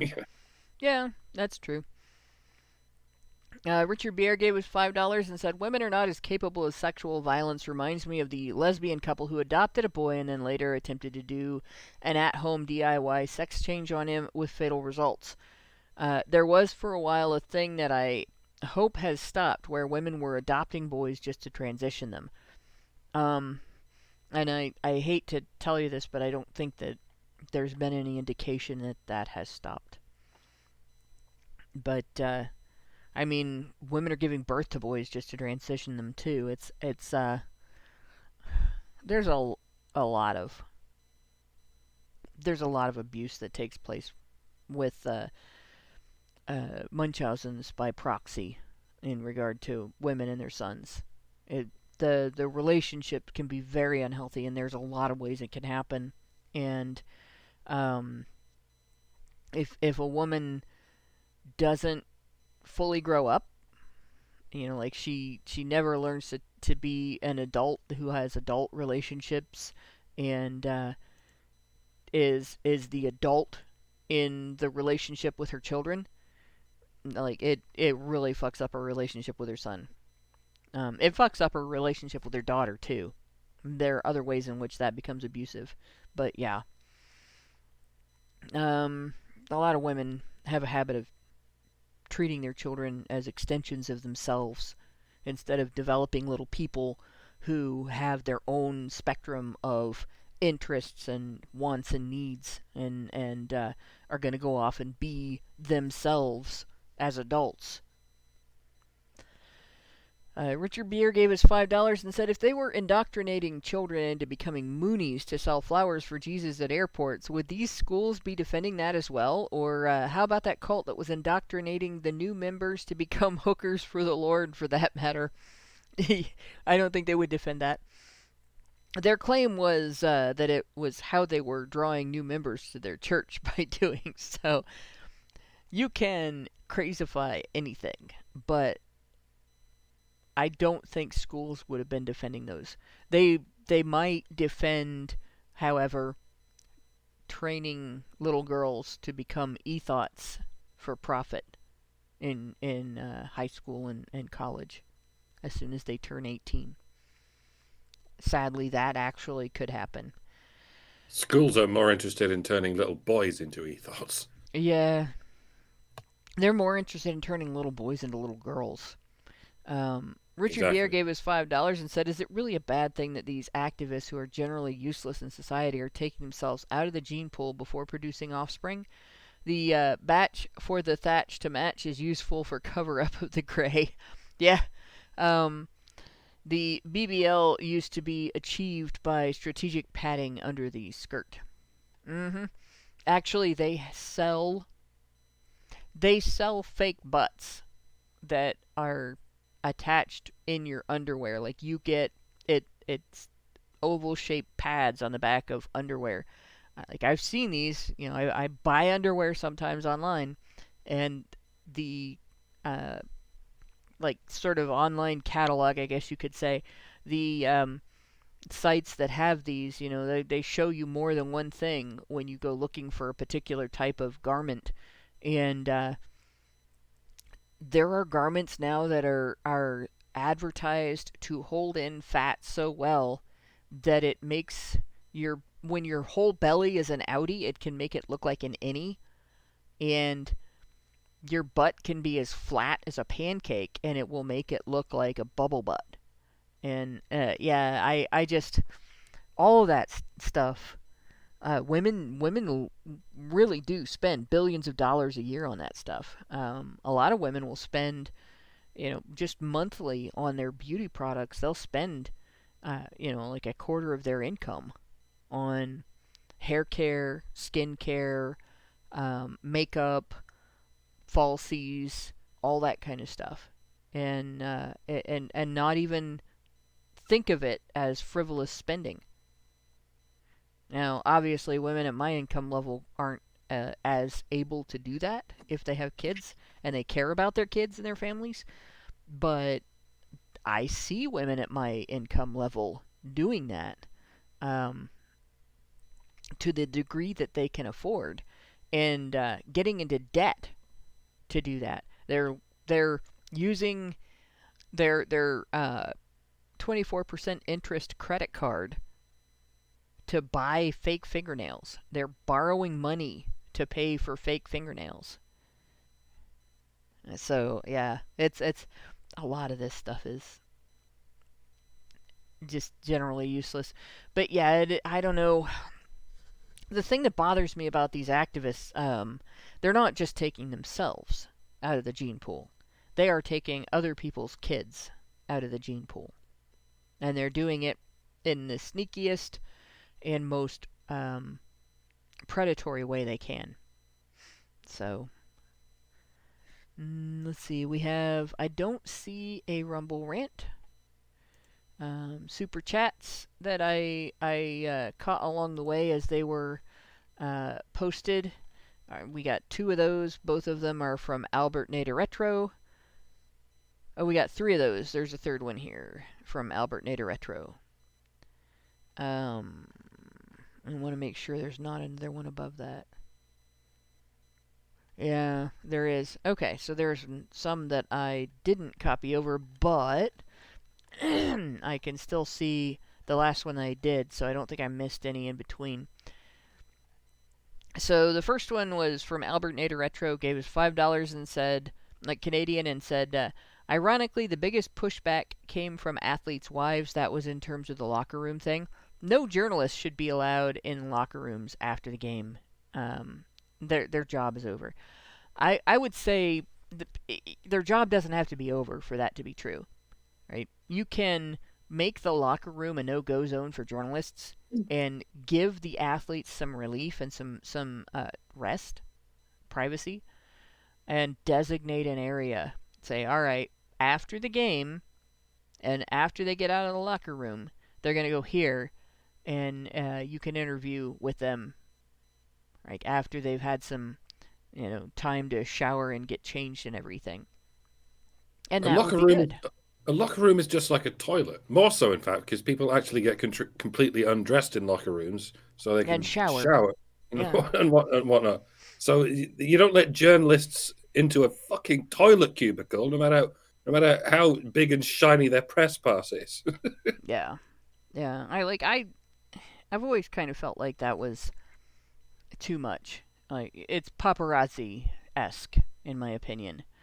Then the difference between journalism and paparazzi is paparazzi don't have any respect for boundaries at all, whereas a journalist wants to gain information from the individual that they can share with the public, that the public can use to inform their fandom or their decision to go to this event or that event and so on.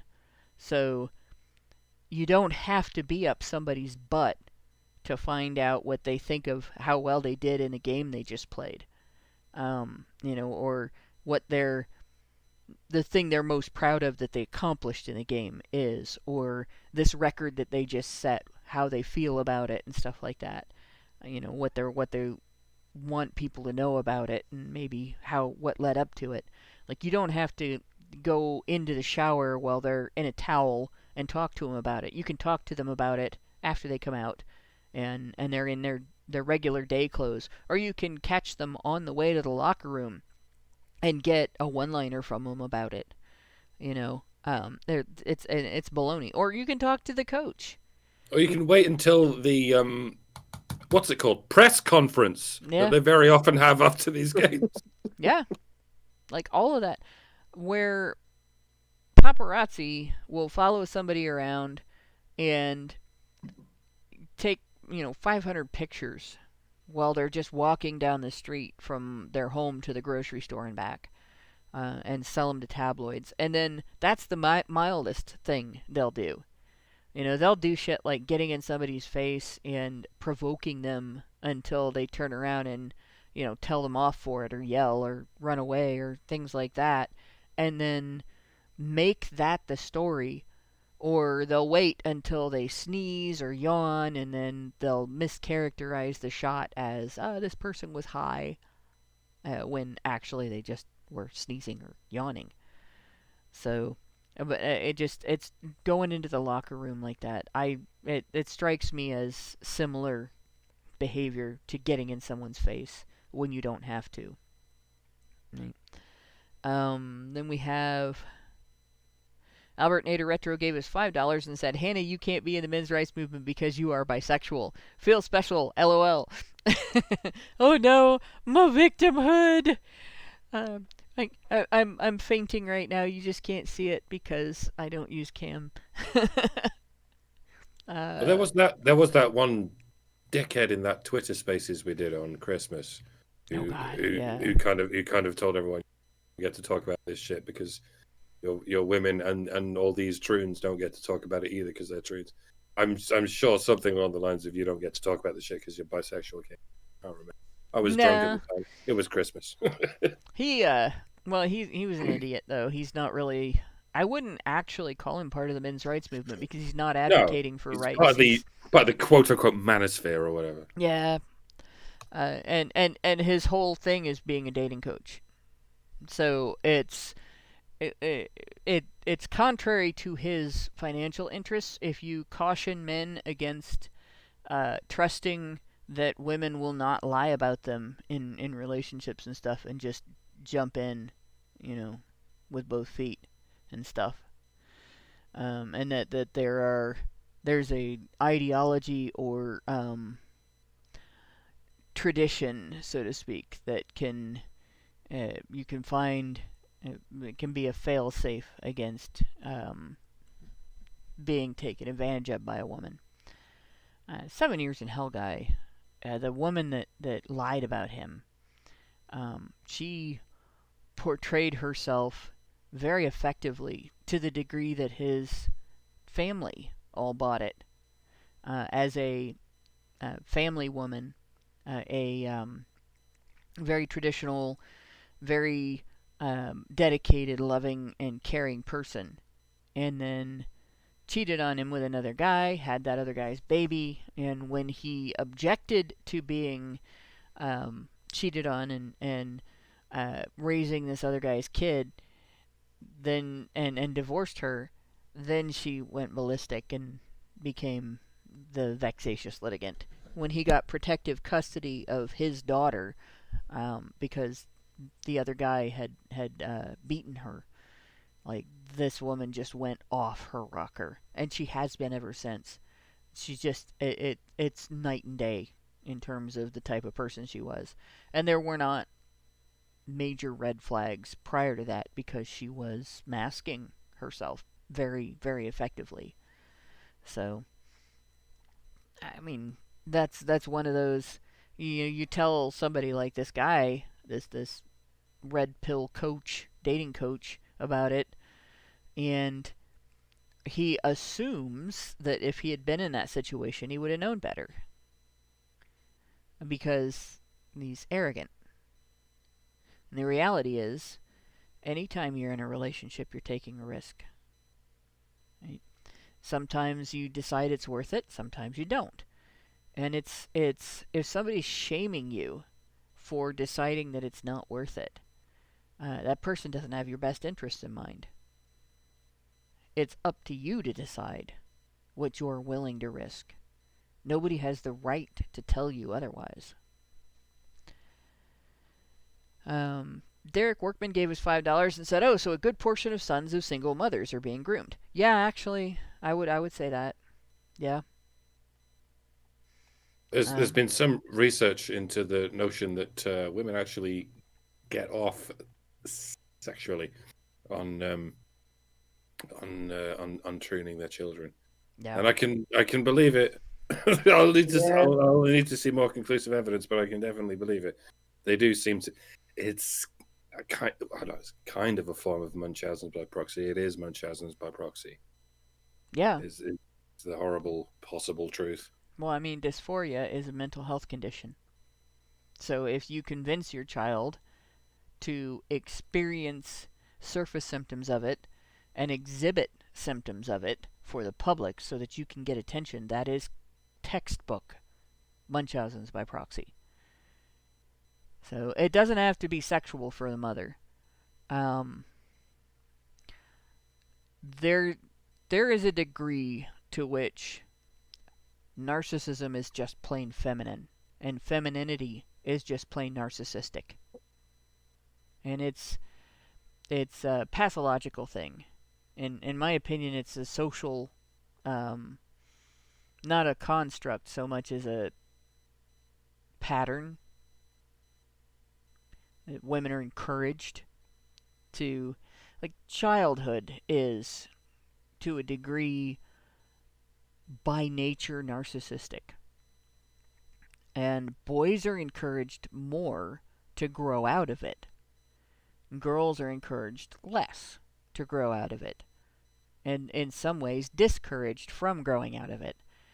And I think there's a degree to which it's just standard among females to be narcissistic. And so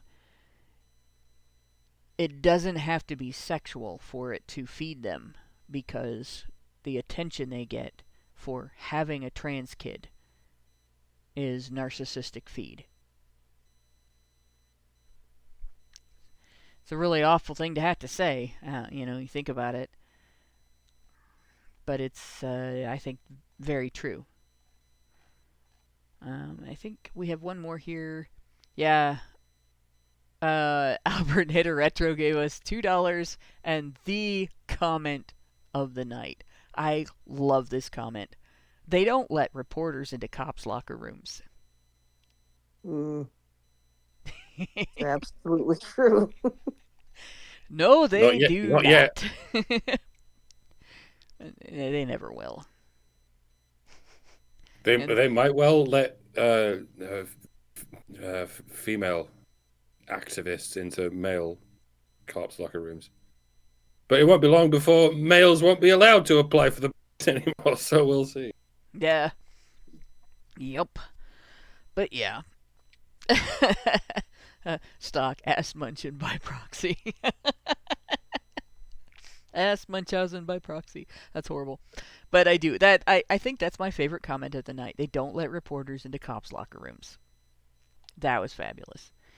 And that is all of our comments. All of our super chows, all of our super chats, all of our... we didn't get any Rumble rants.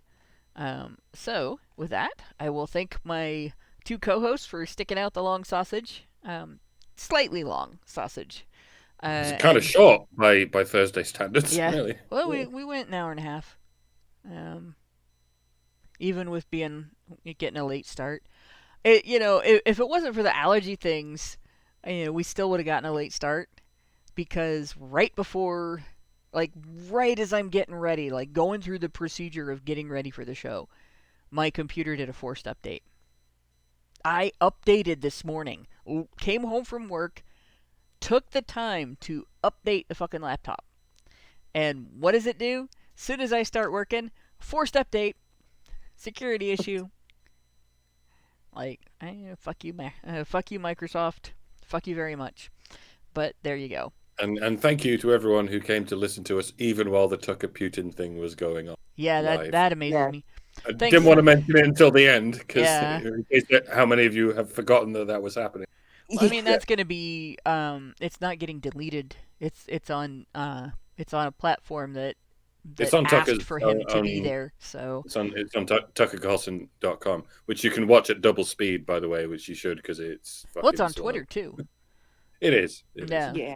So yeah, being that it's on Twitter, and Twitter asked for him to be there and has been promoting this, I don't think it's going to get taken down. But in any case, yeah, thank you very much to everybody who listened to us live, and thanks to everybody who will come and find us and listen to us later. For coming along and catching up with us to finish this article and everything. And thanks to everybody who works in the background to make HBR Talk happen. And good night, all. Hi, y'all. Word. Men's rights activists are machines, dude. Okay? They are literal machines. They are talking point machines. They are impossible to fucking deal with, especially if you have a couple dudes who have good memory on top of that too. Holy shit, you're fucked.